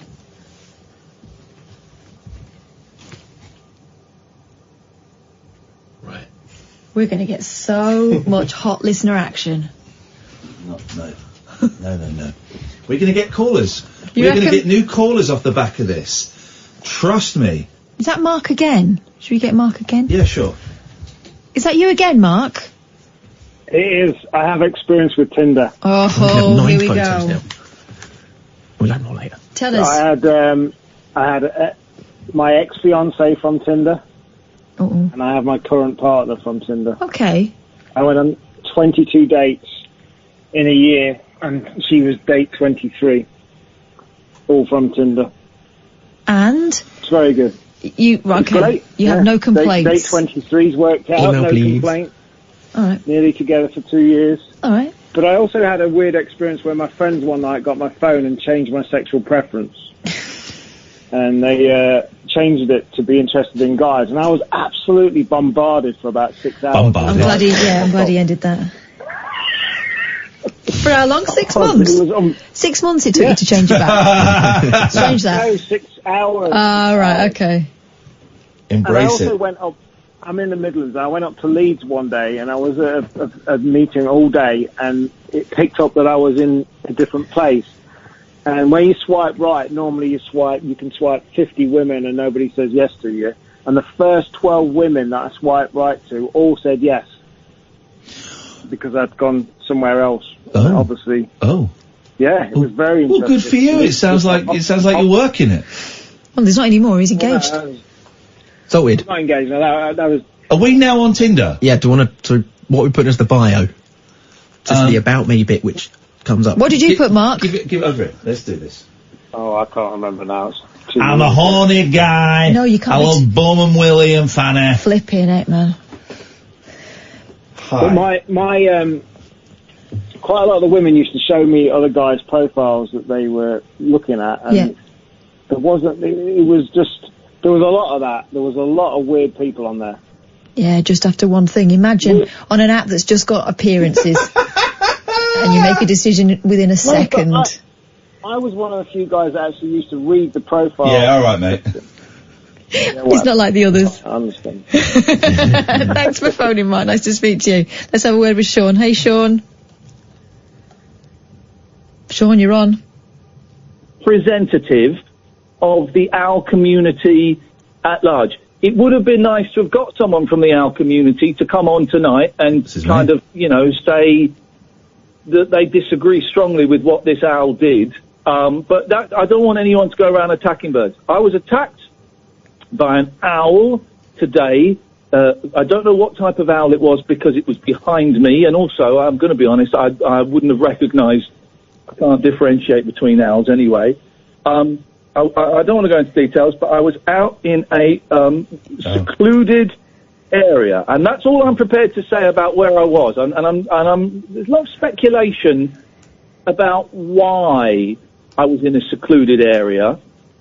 And I did not. I came back from America, from New York, and it was very urban there. So I wanted to be within nature. So I went to this spot, and it's just off the A4. I was unaware at the time that it was a popular spot for gay men to meet. I was unaware of that. I was unaware of that. Okay, I think we get the point. Oh, we get the point. Right. So this is what I've written. Thank you for that call. This is what I've written, and we can beef it up. 03444991000, by the way. So this is our description. Hi, we are Iain Lee, brackets, I'm a celebrity, gotta get it in there, and Katherine Boyle, didn't do brackets. We host the Late Night Alternative, a radio show weeknights from 10 on DAB, app and talkradio.co.uk. We need listeners and callers. Please call our show on 03444991000 and say, hi, it's silly and fun, and we need you. Yeah. Anything else you'd add to that? Sam? You're not supposed to put something about having a GSOH and all that? Or is that old-fashioned? I see what you're doing there. Yeah. What? Good sense of humour. Not important, apparently, on Tinder. Of course, how silly. We have a GD. Good dick. Anything else? Or do I just hit done? Oh, God. Done. Hey, I look good in that picture. I bet I look awful. Yeah, it's not your best one. Right. Sam? Yeah. So just get swiping. Make it live. Make it live. I've got a sinking feeling, man. I got a feeling that tonight's gonna be... Maximum distance. 99 miles is as high as you can go. I'll make the age range as big as it... So, 23 to 100 plus. Yeah, we can only go 99 miles. Yep. All right, that's fair enough. As we move around, it'll pick up different people. God, I'm going to get some messages now, This is great. This is great. God, look at that pic. Someone's aged me and I look like my dad. You can add in so much more stuff now. Like we can choose our Spotify anthem. Dom, this is a bad idea, isn't it? Right, I'll just go down. Hang on, Dom's on. Hello? Yeah. Hello? Hello? Yeah, I've just seen your Tinder advert. What type of socks do you wear? That was quick. Oh, we've already got a match. Have we? I think. Who have we got? 'Cause I'm just liking everybody and hopefully one of them will. Whoa, Sam's breaking hearts. God. What? Indiscriminate. Oh, sorry, do you want me to pick and choose? Is this, we don't want any ugly people, is this ethical? No. No, because they'll be seeing the profile. They know it's not. Yeah, we're not pretending to be a Genuine. person. We're not catfishing. No. Okay, fine. I'm in. Let's do this. Let's get some listeners. The first person. Gemma's right. Gemma tweeted me, what have they gotten you into? Hot water. You're the madame. Oh, God. Yeah, so we've got 2 matches already. But who are they? So we have, let's have a look at this guy. So we've got Fernando. Can you hear the drums, Fernando? How can I get, I haven't used this in so long. And what's Fernando saying? That's it, he's not said anything yet, it's just... Oh, God, they're going to say things, aren't they? I want to go back. My phone's broken. Frozen. I'm not getting anything on my emails, so that's good. Tinder's not as sexy as I was expecting it to be. I don't think they were doing it right. I thought we'd have bras being whipped off by now. Well, hang on, give it time. Okay. Fernando might spoil us. No, this is. Have you got something already? Yeah, so we've matched with Fernando, 29, who went to the University of Westminster. He is 6 kilometres away. Oh, Fernando wants sex. And Fernando's gone purely on near, and he's seen an old woman and a brother, a man who looks like a sort of a younger brother, and he thought, I'm up for that. I'm up for that. I mean, who else is looking at Tinder at there he is. 20-1? He's only got 3 fingers. Not that that's a problem. I don't have a problem with saying that. He likes Willy. So, do you want me to message them? Cara has just said, watch out for dry socket. The most pain I've ever experienced. Oh, she means my tooth. Dry socket. Sounds horrible. Yeah, call us. Okay. But say call 0344 499 1000 now and come on air with us. That's going to sound like a... What? A bot, though. Like the amount... that. Say it's not a bot. Say you do That's what they do. No, they don't. Bots don't have the intelligence to do that. Say hi, Fernando. We are a radio show, and we'd love to talk to you. We'd love to talk to you and give you show you a good time. God. You go moi, M-W-A-H, moi.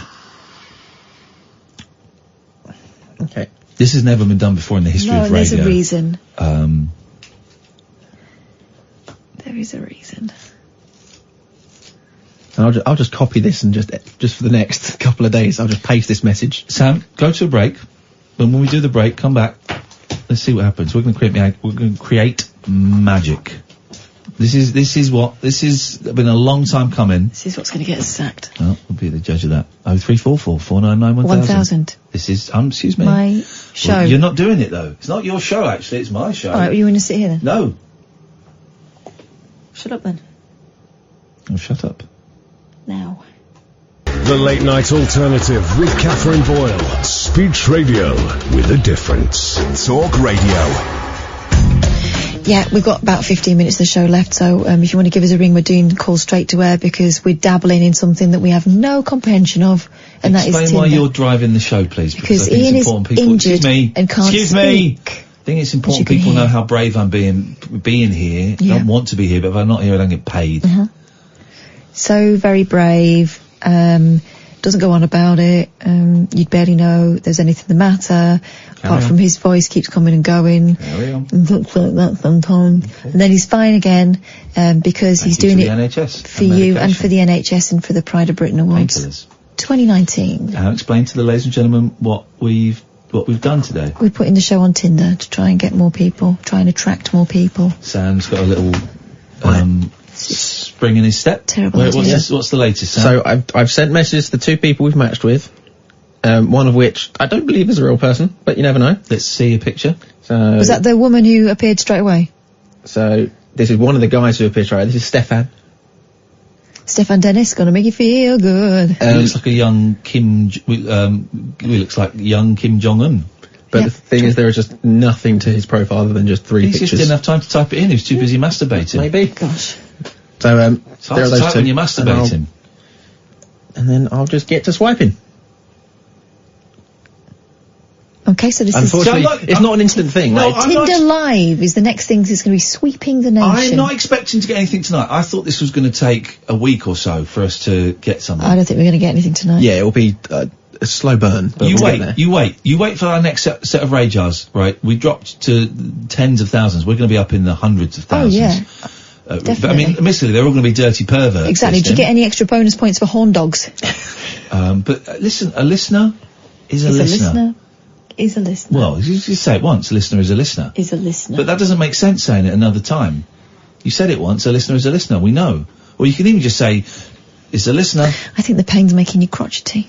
0344 499. 1000 is the telephone number if you want to give us a call. Straight to air. Got another one? We're smashing I don't believe we've got Who have we another got one. now? So, we've got another two. No. No. So we got D.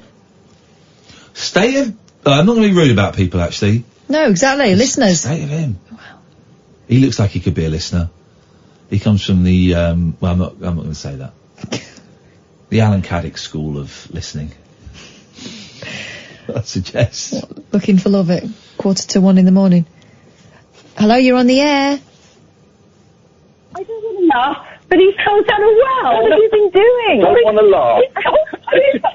I was told this was going to be a serious discussion about well health and safety. It's one of those things that you think is only in kind of nursery rhymes, Yes. and no one falls down. I was making a wish because, you know, I've had a little bit of bad luck recently, so I was making a wish and I tossed a coin and I toss it like that, going to the well, and it got stuck in the moss. Yeah. So I put my legs over the well and held on the rope to try and perhaps get the greatest moment of my life. Oh, it's not funny. It's not, sorry, it's not funny. You look It took at me it. an hour to get out of bed because I'm so sick. So are you properly injured? I don't want to laugh. I'm sorry we doubted you. We thought maybe it was like a, you know... I don't know, it was a prop. I didn't expect to be grilled like I was on Newsnight. Okay, thank you, caller. Thank you, caller. Go on. Someone's just done that old face app on me and I look like my grandma.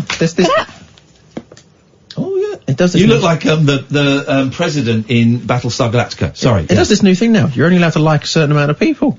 What? It's to stop, I'm assuming daily, so, but it's yeah. to stop hornbots. So did you ever meet anybody? You don't have to answer these questions, by the way. Did you meet people? Yeah, so there was one that, I went out with for 2 years, had a flat with it, yeah. Wow, from Tinder. Yeah. Because people sneer at these, and we're making jokes about it being like a shagging app and stuff. But that was, yeah, so I first went on it when it'd been a thing for a couple of years, and I admit, when it first came out. That's what it was. Me and a few friends, that's just what you go on it for. Yeah. But yeah, after a couple of years I went on it, and after chatting to a couple of people for a few months, ended up getting a long-term relationship out of one of them. And then after that, there was someone else who I was talking to before I met up with who turned out to be girlfriend. The one you put on the back burner. Yeah. Everyone's got a mental back burner. And then I went out with her for a year. Wow. I'm so glad this wasn't around when I was in my 20s, because I would be dead now. But you can literally, I remember I had a thoroughly unpleasant gentleman hairdresser, barber, but he had such great hair, but he would just tell me these horrible stories about, I'm going up to Leeds tonight and I've already got 3 birds sorted out on Tinder for it. And you could do that. You could say, look in Leeds, and you can just go and meet people you've never met before and have carnal knowledge of them. Yeah, pretty much. Hang on, someone's on the phone. You're on the radio. Is it Fernando? You're not on the radio. We've had Butler. We've got about 10 now. Yeah, but how many are real? Smashing through. How many? Smashing through. You've said that before. Yeah, the phrase smashing through implies something thoroughly unpleasant. We're getting a lot of interest. There we go. Wow. I think people are liking the picture, because you look, quite cute in it, Katherine. No, I don't. honest. I better look awful. But no, then they're reading the profile and going, here we go, listen to this. I'd heard about this before, they've done this before. Or maybe they haven't, because it says here, a first of its kind trial using MDMA, you know what that is? Yeah. Ecstasy. Alongside psychotherapy to try and stop alcoholism appears to have been successful, scientists revealed. The small study of just 4 people Okay. managed to stop all of their harmful daily drinking after 8 weeks of therapy. Two of the adults, who were all aged between 34 and 63, slipped up and had a single drink each, but the other two managed to stay completely sober. Well, the headline is, scientists use ecstasy to cure alcoholics. I think we're finding that they're not really cured. Among them were a 54-year-old mother of 3, a 34-year-old man with 2 children, a retired man who'd been drinking for 30 years, and a former heroin user. Hang on. So they put a former heroin user back on drugs? The study combined weekly psychotherapy sessions with monthly sessions in which they took, 99.9% pure MDMA, the drug used to make ecstasy, and had therapy. God, imagine having therapy while you're on ecstasy. Dear God, I just want to just get up and dance. One said they felt more confident and energised. Another said everything is so much clearer. This is while they're on it, right? While a third said, I effing love you, man, and I'm not just saying it because of the pill. Scientists at Imperial College London devised the study. Scientists. And carried it out with the help of an NHS mental health trust in Bath. It's the first study in ongoing research into whether the recreational drug can be used in a medical scenario to help people battling addictions. Jeez. What?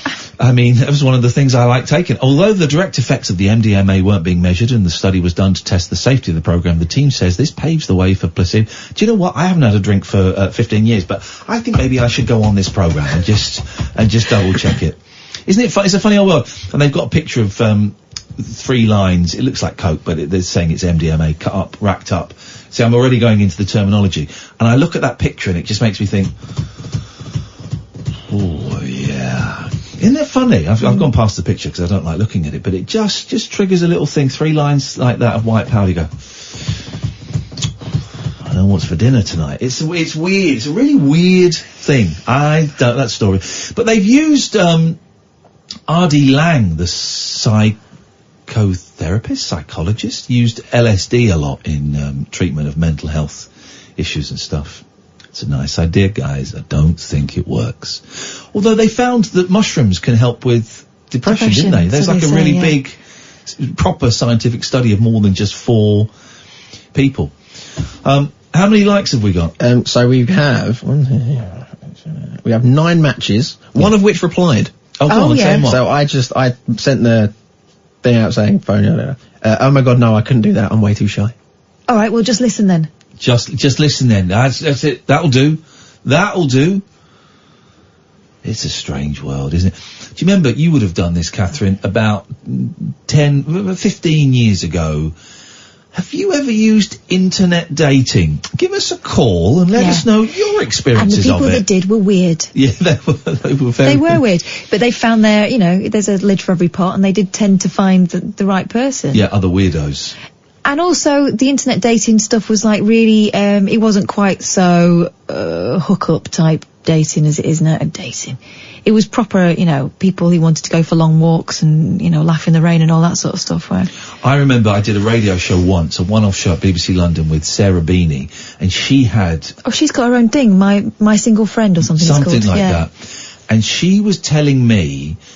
This was like really young, when she'd only been doing it for 6 months or a year. She said that they had a real problem on their website, that it was full of women. It was full of women and hardly any men on there. Whereas now you hear tell of the websites, and they kind of have pretend women on there. And she said, and I said, really? You would think it was the other way. She said, no, it's like 70% women, and so if a man signs up there, they're in hog heaven. Not very nice calling them hogs, is it? There's another one I can remember seeing, like, have you seen Uniform Dating, I think, is one of them. Oh, yeah! And it says that, if you work in uniform or fancy those that do, and when I see that, I just think, it's just going to be full of people that fancy those in uniform. Yeah. Does traffic warden count? Does a tabard count as a uniform? I tell you what I met at, at my county fair the other day. Yeah. An older woman came up to me and said, hello, Iain. I went, oh, all right, because sometimes people come and say hello. She went, you don't remember me, do you? I said, I've not got a clue who you are. She said, I was your dinner lady at school. And she was with her little granddaughter. She was one of the ones that served up the food, not one of the ones policing the playground. And I met her daughter, and we had a lovely little chat for about 4 or 5 minutes. Isn't that a funny old world?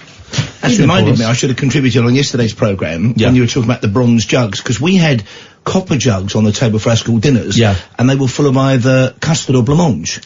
And the treat was, if you were like the top dog on the table, the prefect, you could have the skin off the top of the custard and have it like an oyster. I hated the skin. Oh, I love the skin. But custard is a bonus, yeah. And chocolate sauce occasionally. And they only serve bizarrely the chocolate sauce with a chocolate pudding. Yeah. And it's like double choco. Yeah. But blancmange, you wouldn't pour a blancmange. Well, it was kind of a pinky custard, I suppose. Oh, yeah. It was it kind of dolloped out. The custard was almost like milk, but still delicious. Only ever had blancmange at my nan's when we went there for a Sunday roast. Did they shape it like a rabbit? My nan used to do that, a rabbit mould. Yeah, she had a rabbit mould. She did. And then for tea, we were allowed, and we never experienced this where we were from. All our ice cream came in a tub. We were allowed to go to the corner shop and buy Neapolitan ice cream in cardboard. In cardboard. The Viennetta.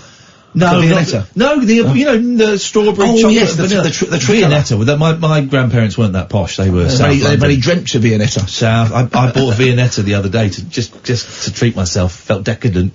I was working with somebody whose name I won't share once at the BBC, and he came out of a kind of spa. And he had a Viennetta and he ate it like a choc ice walking along. Dirty I'm going to say Russ Abbott.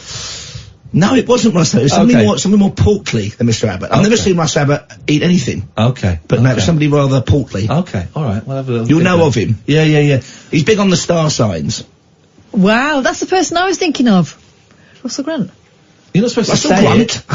You're not supposed to say it. He ate a Viennetta like a choc ice. That is good, lad. That is I'd be boasting about that if I was Russell Grant. that is genius. Anyway, I'm not supposed to be talking. Yeah, what have you got for us? You got till 58:20, Paul. Well, we are going to Finland in the final hour of the programme, courtesy of my mate from TalkSport, Will Gavin, who does the show kind of that complements ours on the airwaves, because he tweeted something yesterday about the Finnish heavy metal knitting competition, and we are speaking to the organiser. You can see it online, and because Finland, my producer John Hearn tells me, has more heavy metal bands per head of population than any other nation. Of course, Lordi won the Eurovision for them back in 2006 with Hard Rock Hallelujah. So a bit of knitting meets heavy metal, and I've already trademarked the pun.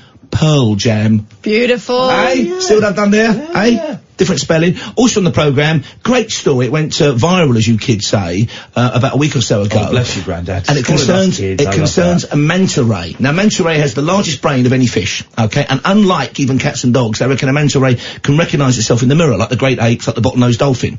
Okay, this poor manta ray, off the coast of Western Australia, skimming the bottom, looking for food, and it got hooks embedded in its face, discarded. It rose you can see this online. If you put in Freckles the manta ray, it goes to the surface, and there's a team of divers, and it's 30 odd years old. It goes up to one of the guys, and it kind of flips on its back. And this guy, after a dozen dives with pliers, managed to take the hooks from the manta ray's eyes, and we've got the diver on the programme. Wow. It's like a Disney short cartoon waiting to happen, isn't it? And you'll find out what happened when he encountered the manta ray again a couple of weeks later. It killed him. You spoiler. You spoiler. The manta ray gave up its watery homes. Androcles, isn't it? To grow legs. It's a lovely story. That's a couple of great stories on, and the usual old tosh. Lovely. Beautiful. And that was the wisdom tooth. Have you got it with you? Can I look at it? Yeah. They didn't want to give it to me, so we're not allowed to give it to you because it's a body part. It's yours. Listen, I'll give you 50 quid for it. No, that's look at the roots on that. Is that real? Oh, that is a bit. Look at the bed roof. That's the hole. You've eaten some Viennettas in your time, haven't you, big fella? Yeah. You've been listening to the Late Night Alternative with me. I've got a gap at the top at the back. I might be able to find a home for it. Iain That's Lee. wonderful. And that's Paul Ross. We'll see you tomorrow, hopefully, if Iain bears up. Say goodnight, Iain. Good night, everybody. This is Talk Radio.